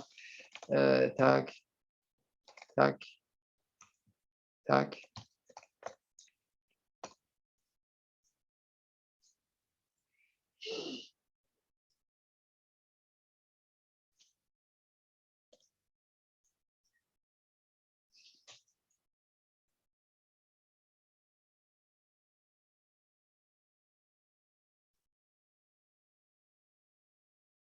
Okay. Yeah, it's better. So new share. So this is the cube with the singularity, and so in fact, indeed, we can see that there is refinement near the singularity. Okay, so maybe we'll stick to this example, because we can see better the effect of the corner, and so now MMG was quite fast, in fact. So let's try to find the configuration where MMG is not so fast, and then switch to ParamMG. Okay.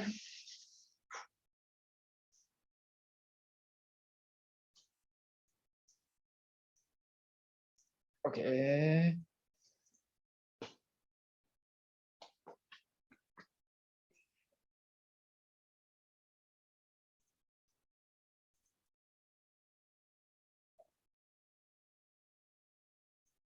Okay, so hopefully this configuration is nice, because we can see that MMG is slow.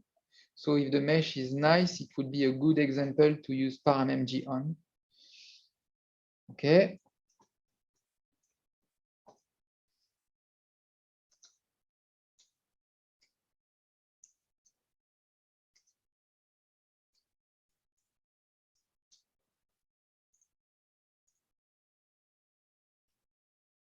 Okay.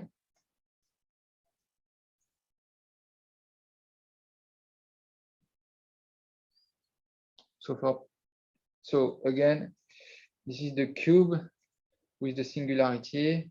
And so this is isotropic. So of course, it's probably not the best mesh for this problem, but anyway, we'll use that.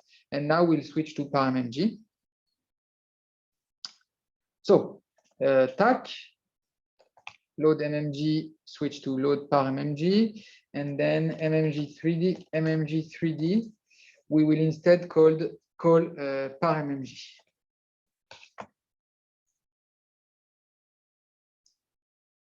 Okay, so this must be called by all processes. And so no, this is not the best way to do that. One way to do it is to do, if I'm not process 0, I will just call this. And so, or maybe just do everything redundantly. Tac, tac, tac. Okay.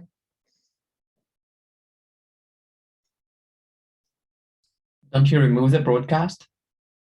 So I think it's done inside mmg, parmg. I will just double check parmg broadcast, bcast, sorry. Yes, it's automatically done inside parmg plugin, so we can indeed skip that. Okay, so now let's try this.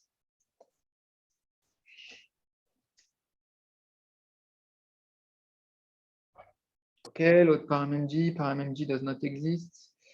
Parmg 3D.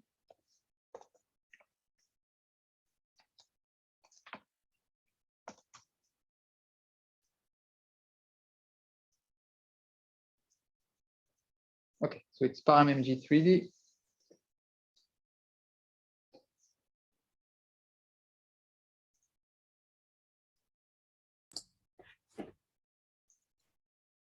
But you still need to run it on the global mesh or the local. This is the centralized. This is the centralized parmg interface. So right now it will be done with the centralized mesh and the centralized metric and so on and so forth. Then, so we have still 1 hour left. So hopefully by the end of this hour, we will use the distributed parmg, which runs on only the local mesh and the local metric and so on and so forth. Okay, but right now, okay, no.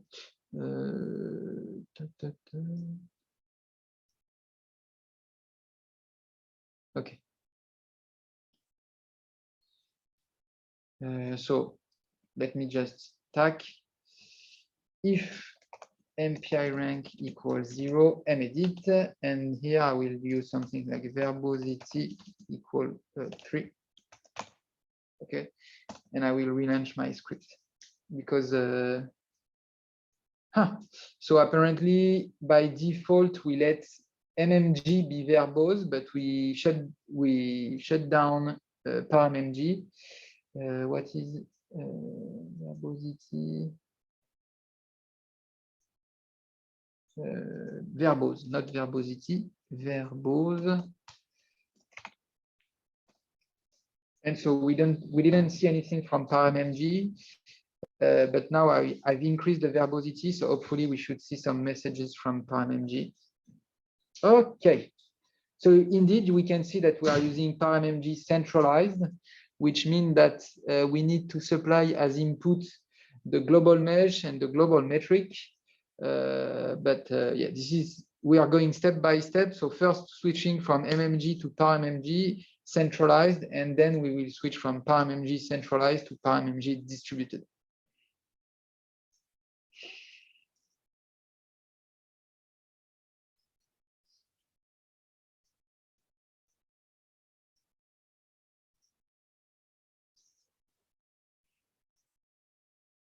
Okay, so in fact, it's not that much faster here. But we get still a mesh which resemble new share, which resemble what we've got with mmg. Okay.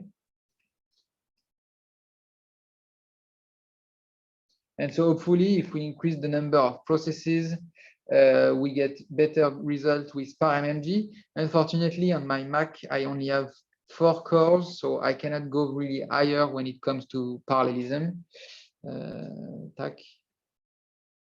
But I think you get the idea.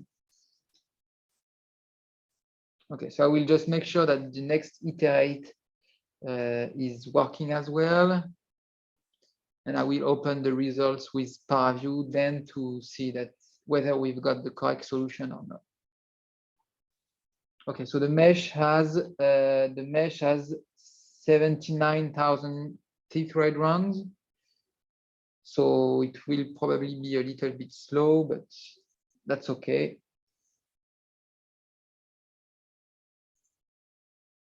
So when you use MMG, you sometimes see 2 times, whether it's MMG or ParMMG, on the screen you sometimes have lines where you have 2 numbers, for example, this line or this line.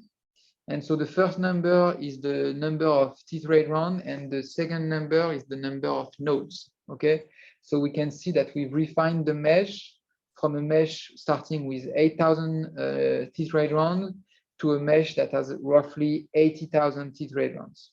Okay, and we can in fact see that the domain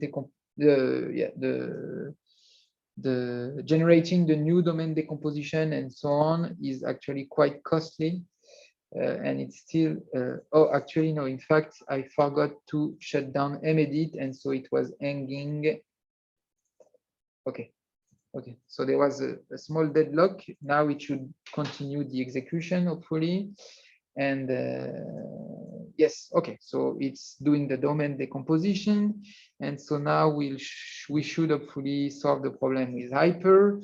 Okay, perfect. And so if I open up the new solution, reload files on ParaView. Tac. New share. ParaView. We've got the solution on the Fichera corner. Tac. Tac. Scalar. Tac. Surface. Tac. And that's nice. I mean, that's the Poisson equation. Filter. Recent, filter recent clip. Tac. Surface, no. Scalar, tac. Okay. And so we can see the refinement near the singularity corner, near the corner. Okay. So the switch from MMG to ParMMG is quite trivial. So there is nothing to change apart from having every process called ParMMG instead of having only a single process called MMG. And so now we will switch to the distributed ParMMG interface, which was the original question we had by Karzan, I think, at the beginning of the session yesterday. And so we've gone a long way, and so hopefully you can see that it's not that trivial, but it can be done. Okay, so when we switch from centralized to distributed, we'll have to use new data that we feed to ParMMG, because we need to tell to ParMMG what is the connectivity between subdomains, which is not needed with the centralized interface, because with the centralized interface, everything is on all processes, and so it's easy for ParMMG. So with the distributed approach, I will try to make some space, because otherwise I will be lost again and I will spend 1 hour debugging a stupid mistake. In fact, okay, so this is not so problematic. I'm just double checking. Okay, so in fact it's no big deal. Okay, So what we will need to do now is, instead of computing a metric globally, we will define a metric locally. Okay, so instead of using th backup and new reduce, now we will go back to the original local mesh, so th, and instead of using the reduce solution, we will use the solution that we got from the linear solver, and so this is called U. Okay, so maybe I will just keep this for reference. Tac, tac, tac, tac, tac, tac, tac. Tac, tac, tac. Okay.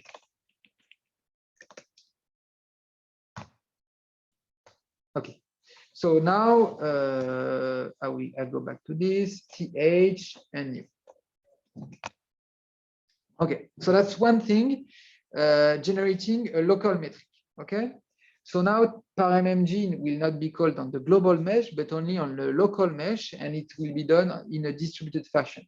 Okay, so instead of using th backup, again, we switch to th. So keep in mind here, th local subdomain, th backup, global domain. Okay, so that's one thing. And so now the other thing is that we need to give to parmmg what they call, so this is parmmg stuff, what they called node communicator. Okay, so I'm sorry, I'm a little bit rusty with the parmmg interface, so I will just look at the examples that we have in the distribution, but you can. It's just so that I don't get mixed up with the named parameters. So adapt this.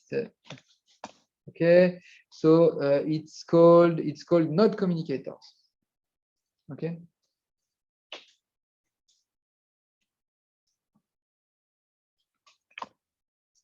Okay.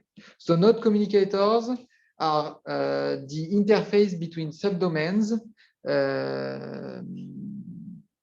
that are shared among subdomains. Okay, so it's like when we deal with ghost elements in FreeFem, and yes. Okay, so of course you don't have to generate these node communicators yourself. We provide a utility function inside macro DDM to automatically generate this for you. Okay, and so I think it's called parmmg. So create parmmg communicators. And so again, I'm a little bit rusty, so I will look at my backup solution. Tac, tac, tac. Create parmmg communicator, sorry. And so, okay.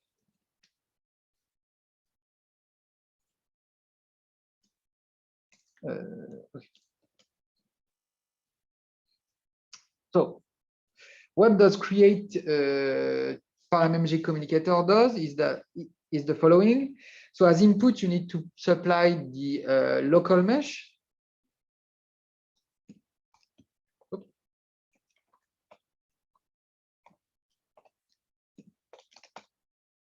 So th, so input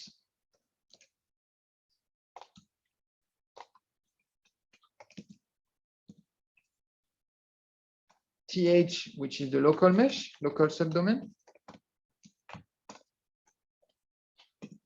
And so as output, this function will create three things.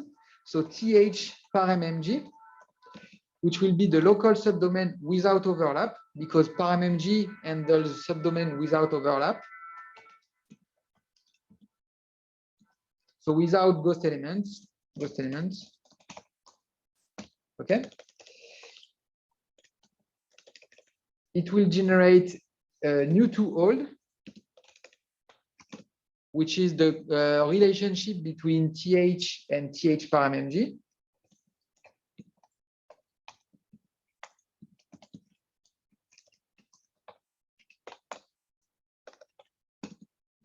And communicators, which must be fed to parmmg. So node communicators for parmmg.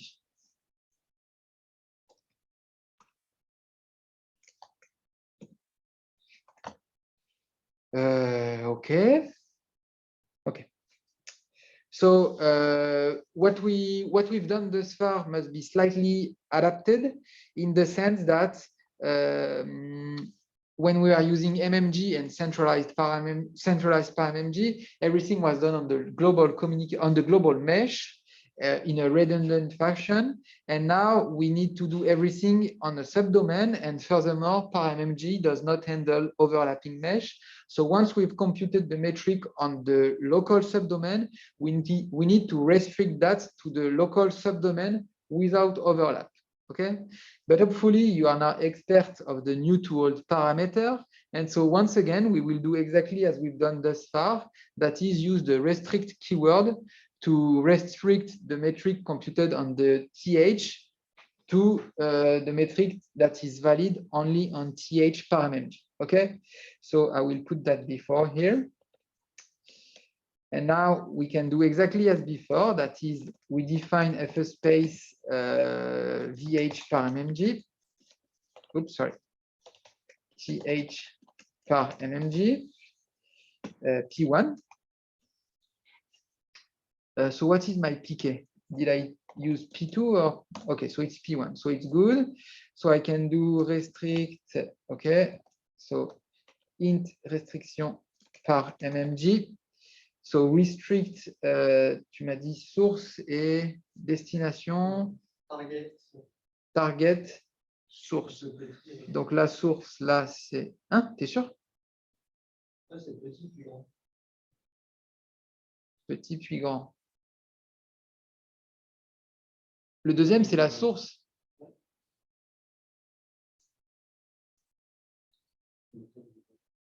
T'es sûr?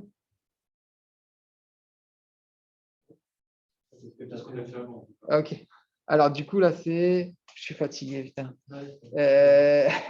Donc là, c'est VH... Non.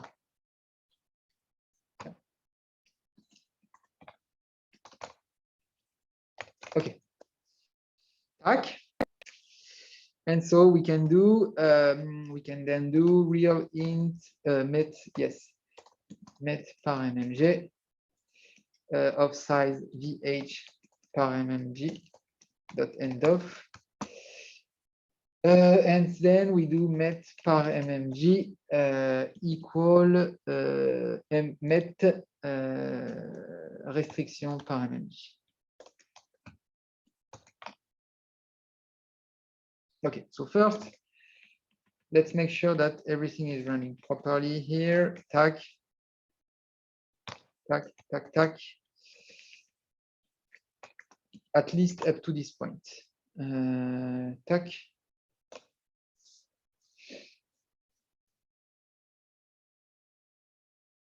Okay, syntax error, not too difficult to fix, hopefully. Impossible.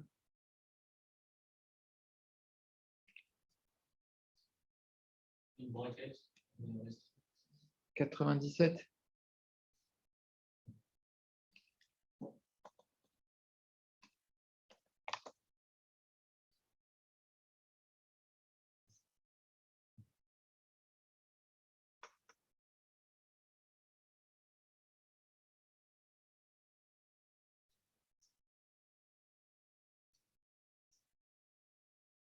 Impossible to cast.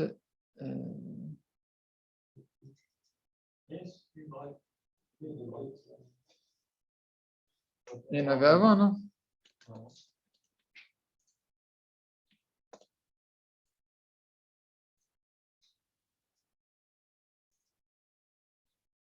Okay, my bad.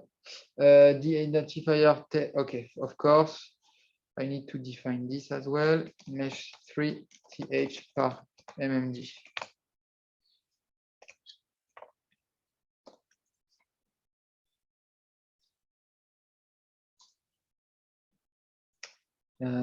Bah si, maintenant ça existe. th par MMG does not exist. Th mesh 3 107. Ah, ok, par MMG, non, one too many M.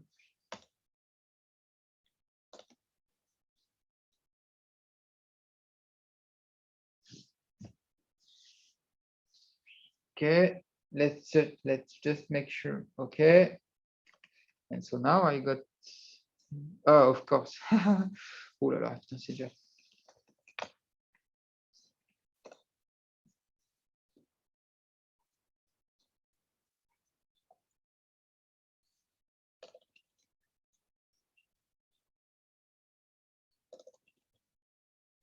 Okay, so this ran to completion.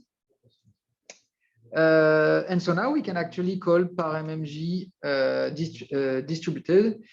So with the local mesh, non-overlapping mesh, so th parmmg, the local metric, so th parmmg tac, and the communicators.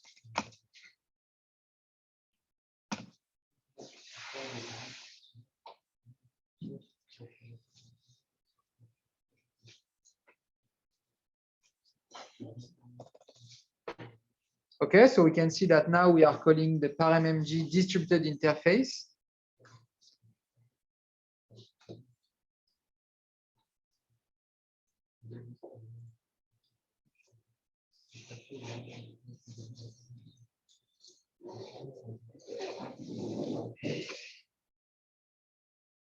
So it's taking still a little bit of time, of course.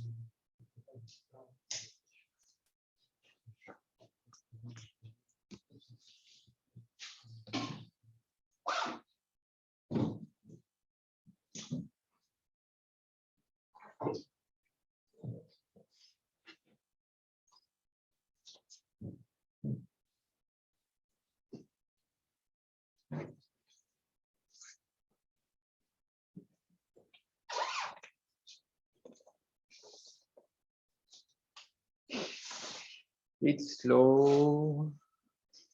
Okay. Okay.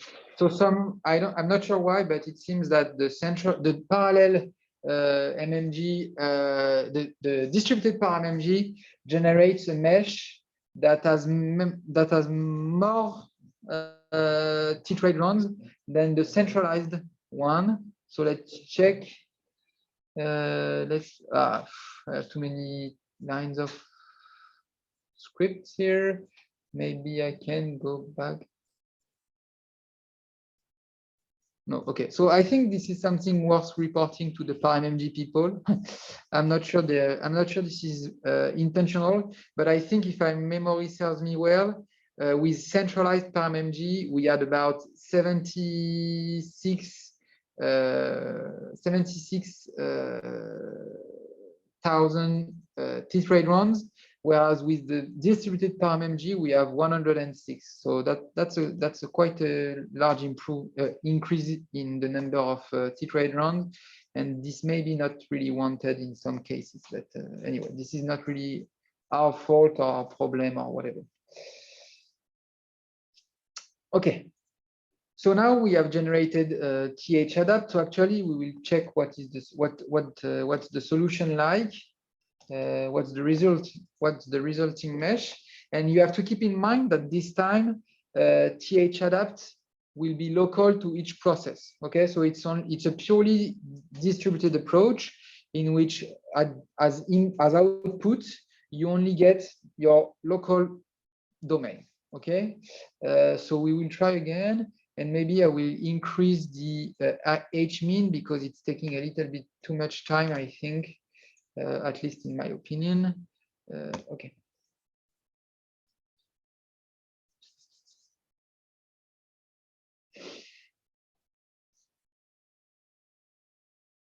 Okay, so we are remeshing.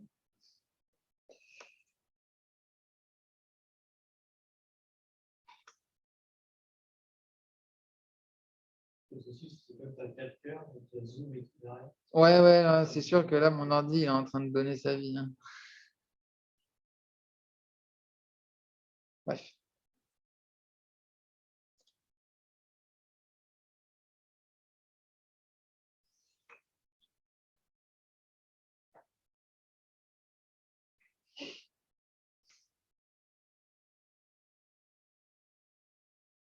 So anyway, while this computes, the next step will be to reconstruct the connectivity among subdomains.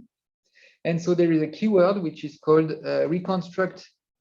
So like there is a keyword which is called build demesh, there is a keyword which is called reconstruct demesh. Reconstruct demesh, th-adapt. Okay. So while I'm speaking, it appears that ParMMG has done its job. So for example, I will share with you one of the windows that I get. Tac. So you can see that now as output of ParMMG, we only get a local mesh. And so we will need to do the job to basically glue pieces together so that we can get the connectivity back between subdomains, and so that we can redo our finite element analysis and so on and so forth. Okay, so let's go back to the script, th-poisson tac.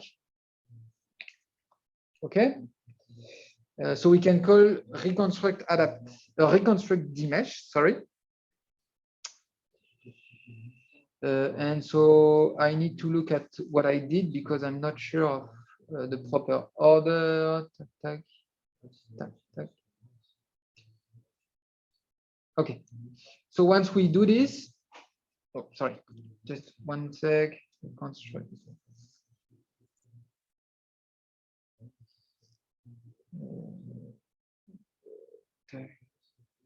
Okay. So once we do this, we will be able to copy the distributed mesh back into TH, like we did there.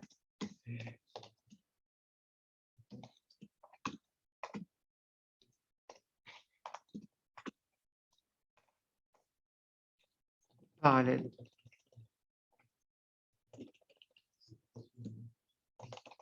Parallel mesh connectivity. Okay, so to do this, I will remove the previous new to old stuff that I put, because now we don't have a distributed mesh anymore. And so I will make some housekeeping, let's say. Oops, sorry. So for example, we can define the mat outside of the loop. We can include all this outside of the loop. Tac. This can be removed because we don't have any more a relationship between the local and the global, because we don't have the global mesh anymore. Tac. And I think that's about it. Tac. Create mat. Okay. I think it's looking all right. So we can load IOVTK.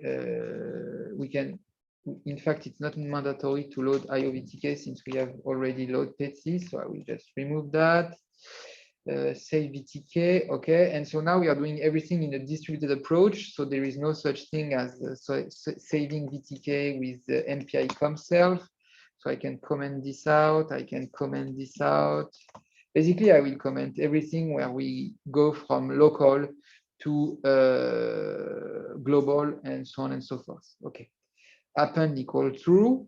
And now let's say I want to store both solutions, both on the unstructured and on the structured mesh. And in that case, I need to play around with the append keyword. And so the append keyword will be false for the first iteration. So basically we erase everything, and true for the second step of the loop. Okay, so append. So I think the loop variable is called I. Yes. So I equals 0. Then I don't append. Otherwise, I append.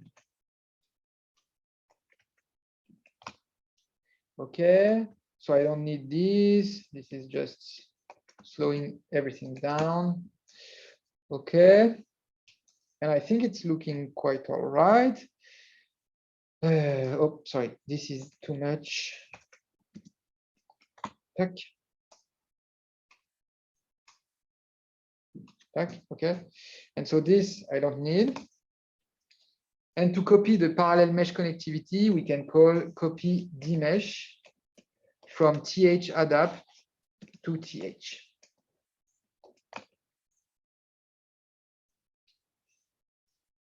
Okay.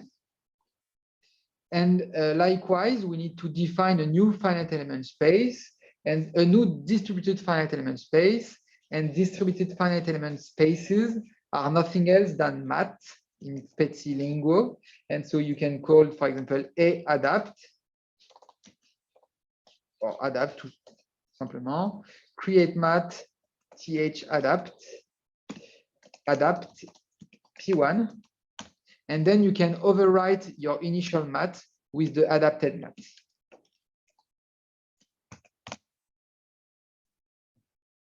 Okay, so let's try this. I'm really rusty today, so sorry, it's not really crisp, but hopefully you can still learn some stuff today. Okay, of course, this is not needed anymore. This is not needed anymore. All this is not needed anymore.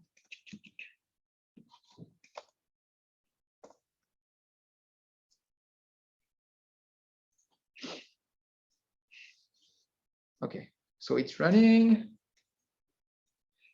It has solved the first system. Now we are doing the PARMMG mesh adaptation in a distributed fashion.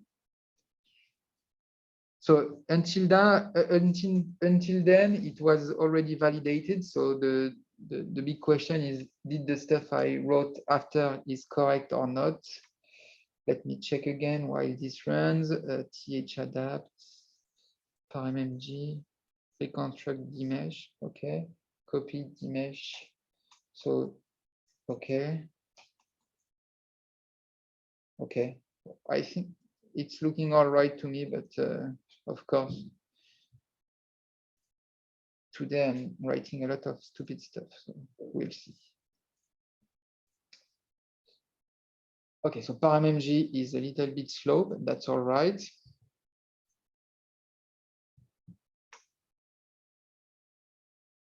So of course, if you have questions, so we have like 30 minutes left. If you want to tackle a specific issue within those 30 minutes, please ask any question in Zoom or send us a message, whatever. Okay, so PARMMG is done. Now the real question is, does the end of the script work or no?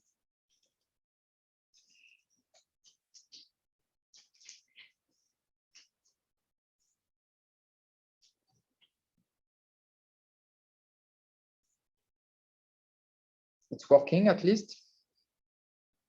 I mean, it's computing, not working. No, okay. Of course, I forgot to switch back to. Okay, so the script ran to completion. So I think I didn't make any mistake. So now hopefully the next run will be the last run, which shows everything working properly. So first, let me again do some housekeeping. Poisson PVD, Poisson VTU. We don't care about all those files. Okay. Okay, so clean folder. Now, hopefully the last run will be the good one, where we do everything in parallel and everything is working. Fingers crossed.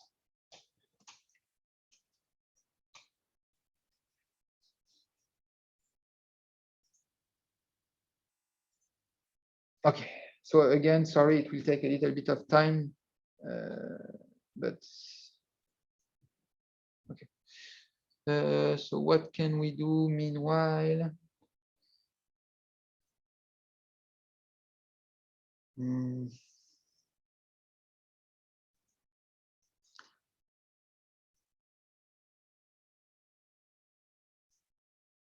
I will prepare par review. Tac, tac, tac. TNP tuto. Okay, so the first time step, let's say, properly wrote the par view files.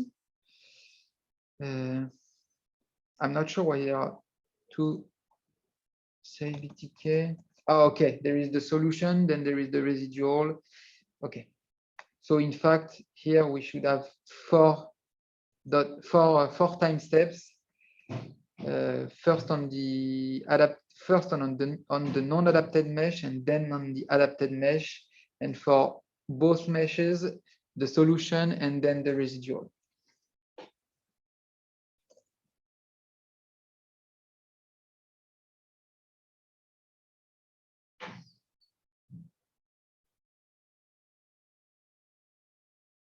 Okay, still computing. Okay. Oh, I think we are going somewhere. That's nice. Okay, so we have our 4 time steps. So now let's open up those. Okay, so sorry, we had a slow start, but I think in the end we are going somewhere, and so that's nice. Okay, so 4 time step, scalar. So this is the solution on. Oops, sorry, no. This is the solution on the structured mesh. Okay. This is the residual of the first iterate on the structured mesh. Okay. Structured mesh, yes. This is the solution on the adapted mesh, which now becomes unstructured. Okay. Fully parallel. And this is the residual on the unstructured mesh and still fully parallel. Okay. And so if we do, for example, recent clip, tac. Oops, sorry, tac. We can see the residual. So this is on the unstructured mesh. And if we go back to time step 1, it's on the structured mesh.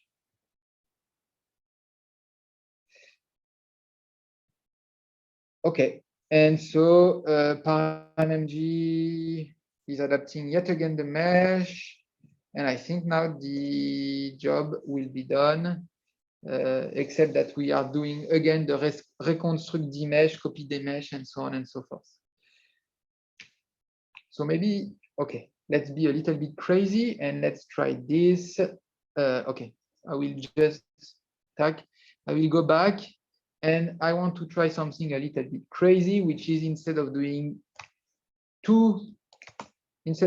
only 1 iteration of mesh adaptation, let's try to do 2 iterations of mesh adaptation, and let's try to decrease the error at the second step. So I equals 0, 10, tac. Otherwise, 5 24. Okay, and let's not be too stupid, and let's just, if I equal 2, or maybe if I don't want to do the last step of mesh adaptation because it's useless. I don't do anything else than just adapting the mesh. Okay, let's remove everything.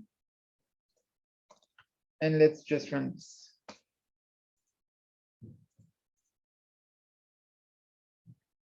Okay, so I went a little bit fast. I will just redo this. I will just, while this run, I will explain what I did. Instead of having only one, instead of first running the script with the structured mesh, doing the distributed parallel mesh adaptation, and then exiting, what I'm doing here is first I run on the structured mesh, then I do mesh adaptation, and then I redo mesh adaptation, everything in parallel. But for the second step of unstructured mesh adaptation, I decrease the error for the metric computation. So this should refine somehow the mesh near the singularity. So it's already taking a lot of time. So hopefully it will complete before the end of the session, but we will see, I guess. And I think this finally answers the question of Karzan at the beginning of yesterday's session. This is how you can do fully distributed mesh adaptation, unstructured mesh adaptation in FreeFrame with both FreeFrame, PETSI, ParMMG. And so in this script, everything is parallel except the first step, which is the generation of the mesh. Okay, so of course you can use also a distributed mesh as input, and you can do as we did with ParMMG, the small macro reconstruct dmesh, which use as inputs a non-overlapping subdomain decomposition. So for example, if you do a CAD and you have a mesh with multiple parts, I mean, you have multiple meshes with multiple parts and you want to consider the complete domain, you can have each process load those parts independently, call reconstruct dmesh so that we automatically generate the mesh connectivity for you. And then you can do exactly the same script and run this in parallel and so on and so forth. Okay. So, if I go here, I think the first step of mesh adaptation is done. And so now this should be the second step of mesh adaptation. I will prepare ParaView in the meantime, just start from scratch so that we can see that there is no magic happening. I mean, there is magic, but happening before your eyes. So of course, I'm sorry. So this is a debug. I'm using a debug version of ParMMG, and so it's quite slow. But hopefully it will finish. So if you have some questions, of course, don't hesitate. If you have no question, maybe we can try. Maybe we can try to be really fancy, and instead of solving a linear system of the Poisson equation, we will solve the linear system, but we will also solve an eigenvalue problem in the adaptation loop. It will just be to show off the use of SLEPC, but in practice, there will be no real use case, I guess. But first, let's see if this completes. Of course, if you have questions or if you have comments or if you have a wish list, if you want things to be easier or if you want new things or if you want whatever, you can ask, of course, while this computes. So ParMMG is a little bit slow, I'm sorry.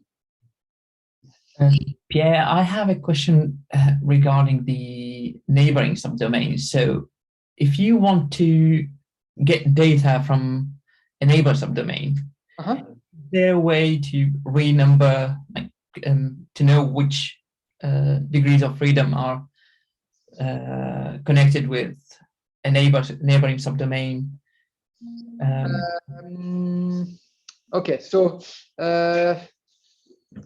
this is a tricky question because we try to hide this information to most users, but this is an advanced use case. It's going to take time. That's fine. We can talk about it later. So what you can do, for example, okay, so first, I think ParMMG is done. So you can see that the number of teeth. So I will try to answer your question just after. But first, I want to make sure that ParMMG completes successfully. I mean, ParMMG succeeds and generate a mesh with twice as many tetrade run. So we went from 1,000 tetrade run to 2,037.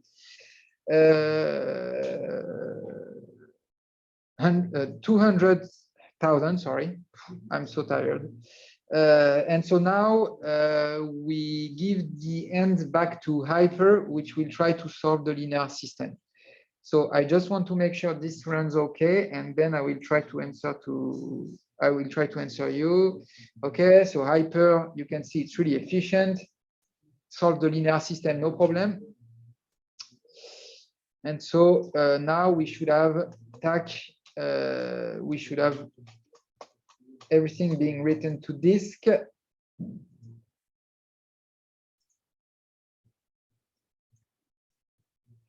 So what is going on? What is going on? Okay, FF Glut is taking up. Okay. Okay. So the script has ended. So you can see that we have indeed 6 time steps. So you have to keep in mind that at each iteration, we plot both the solution and the residual. And so now let's open the solution in ParaView. New share, ParaView, tac, tac. Scalar. So this is the solution on the structured initial mesh. This is the residual on the initial structured mesh. This is the solution on the first step of adaptation. This is the residual on the first step of adaptation. And now we move to the second step of adaptation. So of course, the mesh is supposed to be even finer next frame. So it will take a little bit of time to render on ParaView, or not that much. And so now we've got the new solution on the second step of adaptation. Okay. And so I can zoom near the corner. And so I can, again, filter recent clip. And so, tac, tac. You can see the new solution near the singularity with the mesh adaptation. And so it's working nicely. And so the last step of the ParaView clip, let's say, movie is the residual. Okay. Up, up, up. Yes. So let's delete that. And so we've got the solution. So everything is working. So that's quite good. Quite better than at the beginning of the session, let's say. Okay, so to answer to, so Usam is interested in getting the neighborhood values. So what you can do, in fact, is so it's quite technical, but I will try to answer you the best I can. So you can get the mesh corresponding to the overlap region. And to do that, you can define first a partitioning of your local domain. So you can do something like phloc, th p0, and you can call another macro inside macro ddm.edp. So it's really advanced, but it's the end of the expert tutorial. So I guess this is where why we are here. So you can create a partition. And so phloc, let's say chi, and so the partition is on the mesh th.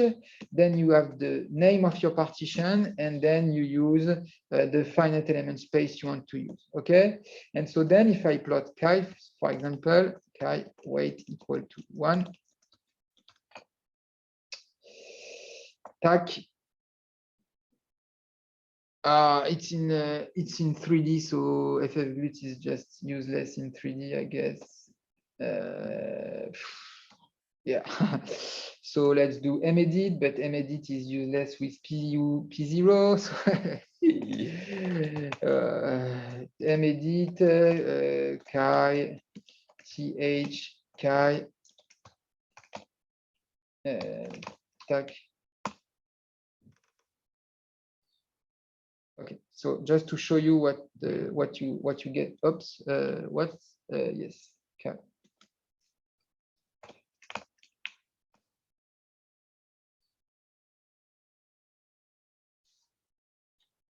Okay. Okay, medit is loading up. So tac share ffmedit. So you get basically this, where you can see that you have a value which is equal to 1 inside your subdomain and 0 on the overlapping region. Okay, so then what you can do, for example, oh shoot, share screen. Sorry for that, forgot to switch screen.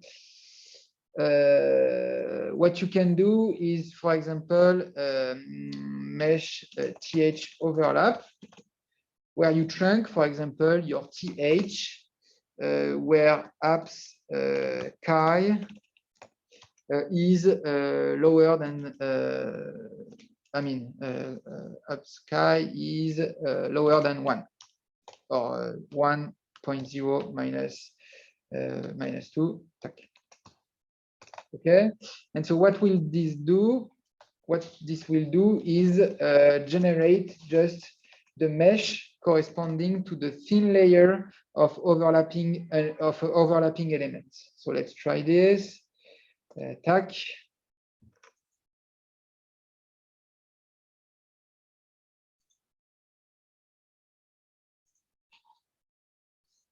Okay.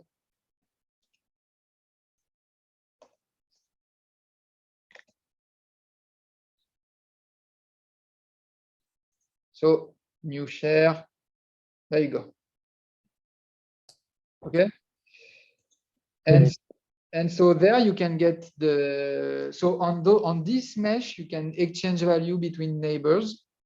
I don't know if it's what you want, but it's as close as what you want. And yeah. Here you have all the neighboring nodes, but how do you know which ones correspond to, like, let's say you have two neighboring subdomains. Yeah. Right. So that's tricky. This is not possible right now, but of course we could add a function which can be used to just synchronize values with only one neighbor, or with only a given neighbor. So for example, if you have indeed an unknown which is shared amongst 3 subdomains, let's say, we could add a feature that can be used to only synchronize values between a pair of subdomain, and then the user would be free to say, oh, okay, I just want the value of rank 1 instead of rank 1 plus rank 2, and then I think this does what you want. Okay. Does that make sense? Yeah. I mean, well, I think what could be a solution is to have an array. So processor I would. Yes, right. I see what you mean. Yeah, that would make actually really good sense. And so I can add that, no problem, in fact, because that's what we do internally. Internally, we exchange all the values and then we sum everything and we just return the sum. But if you tell me, oh, I don't want the sum, I just want the value of each subdomain, and I want to do stuff my way, we could just bypass the summation at the end of the exchange and feed you the array of array, no problem. Yeah, you could plug the restriction array with the correct operation. Yes. Yeah, sure. No, but this is actually this is a good point. Instead of doing the summation myself, I could give you the values that we have before doing the summation, and then you're free to do whatever you want. So maybe I will add that in the new share. So I won't do it tonight, but probably by the end of this year. What I propose is here, for example, we have exchange. Okay, so I think what you want is something like exchange RHS, something like a tab, where tab is something like a real int.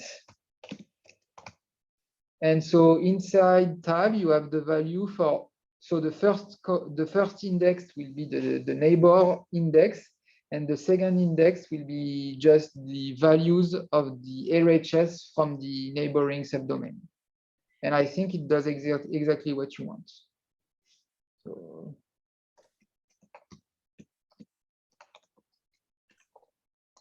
tac, and here you have tab I precise size of unknowns shared with neighbor number 5.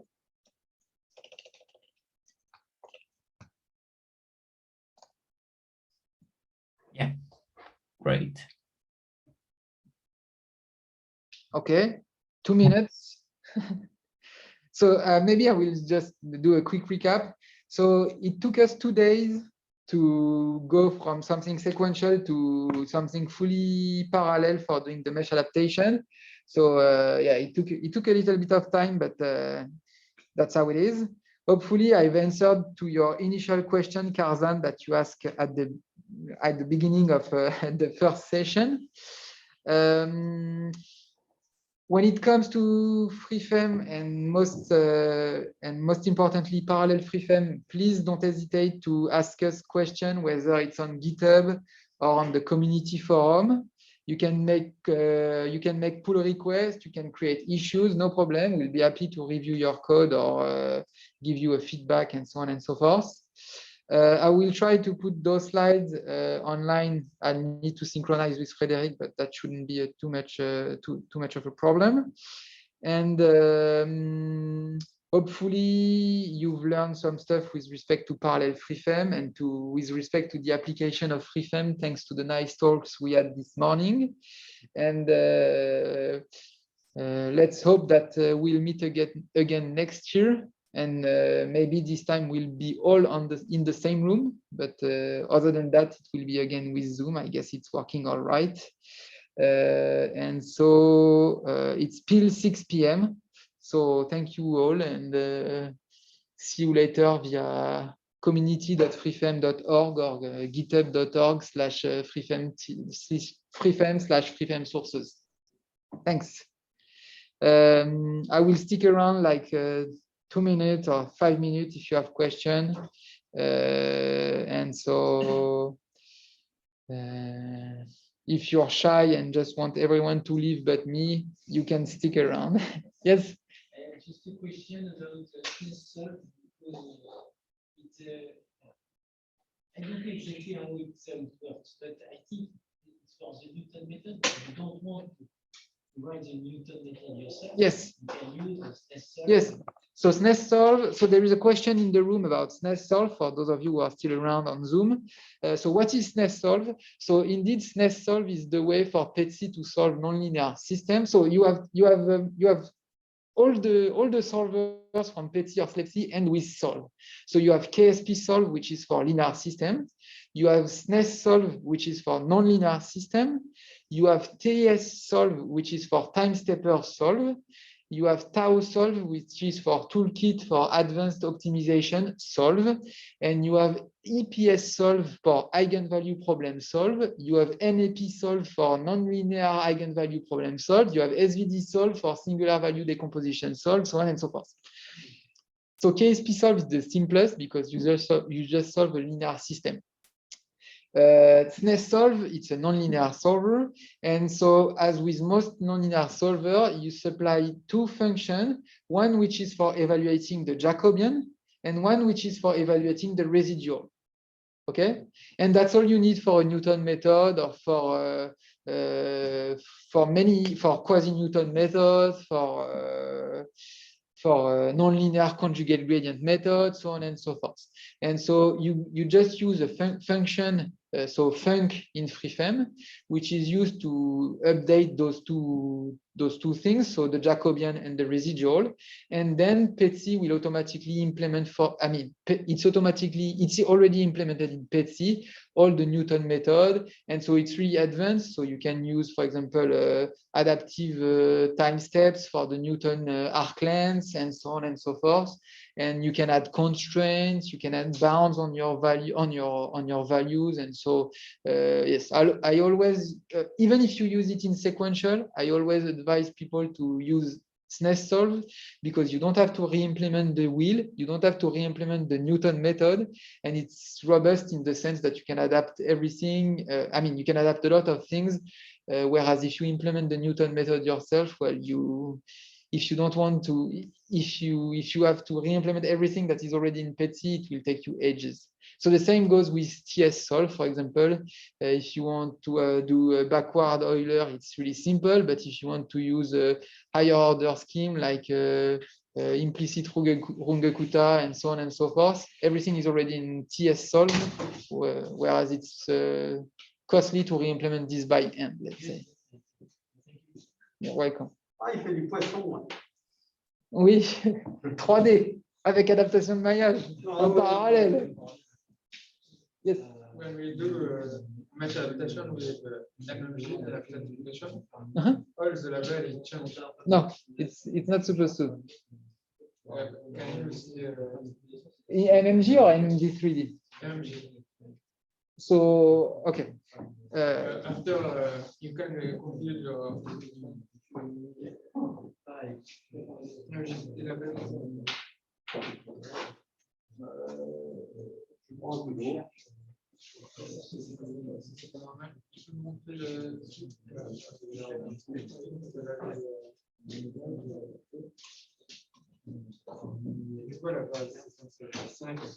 Ouais.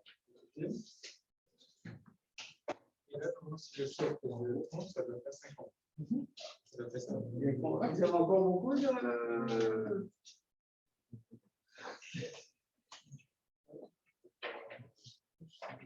messages. Je vais leur parler ici. Bon, ça, je les garde. Et tout le monde a pris son. Tu n'avais pas le tien? Mais tu n'avais pas de répondre oui dans le je veux un nul. Mais je peux t'envoyer. Hein. Bah, là, de toute façon, Dans ta communication, fais tout, fais filter, threshold, threshold. So, Marianne, you take the flight tomorrow at 5 o'clock? Okay. I mean, early or I depend where you are. Ah, ouais. So you have to take the early. Ah non, c'est early. Early, okay. So you take the taxi or because you can take the bus l'enfer prochain. Early bus and they directly to the terminal and it's almost 10 euros. Tu pourras. And Là, it's je t'avoue que j'ai pas trop le temps. half an hour. Tu peux m'envoyer ton script et tu regarderas. Ok, je fais un script où je les ai le problème. Ouais, s'il te plaît. Ouais, ouais. Bah, tu peux m'envoyer maintenant, mais juste là, je vais pas regarder. Non, mais je vais bien regarder. Ok, super. Bon. Ils t'ont bien fait travailler. Ah, j'ai eu beaucoup de mal. J'ai beaucoup de mal. J'ai un peu galéré sur une partie, mais. Moi j'ai fait surface minimale. Donc, j'ai vraiment fait un truc de base. Avec l'utilisation du code de surface minimale, méthode de Newton, et les choses propres qu'on a dans la méthode de Newton. L'optimisation de la méthode. Quoi? Ah, ça fait la même chose? Non, mais il y a c'est dans les vieux pots, il y a des vieilles soupes. Il y a un exemple parallèle de surface minimale. Ouais. Il s'appelle minimal surface. Tu vas dans l'exemple HPDDM minimal surface. Voilà. Alors que moi, je fais ça avec sur 4 procs, enfin sur 0 proc. Bon. J'ai dit que je voulais boire un coup d'eau.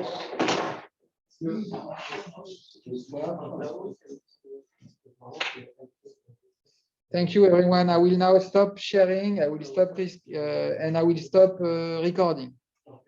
C'est beaucoup mieux que moi parce que moi, je n'ai rien récordé. Ah. Comme ça, on écoute pas les sottises. Ah, je vois que tu as des trucs japonais derrière. Hein?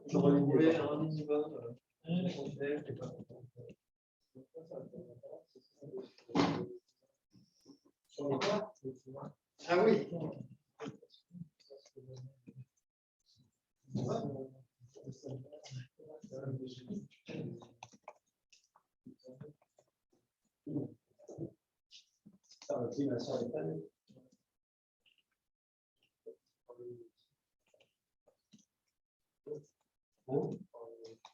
Qui c'est? Philippe, Arnaud, c'est God. C'est un peu bon.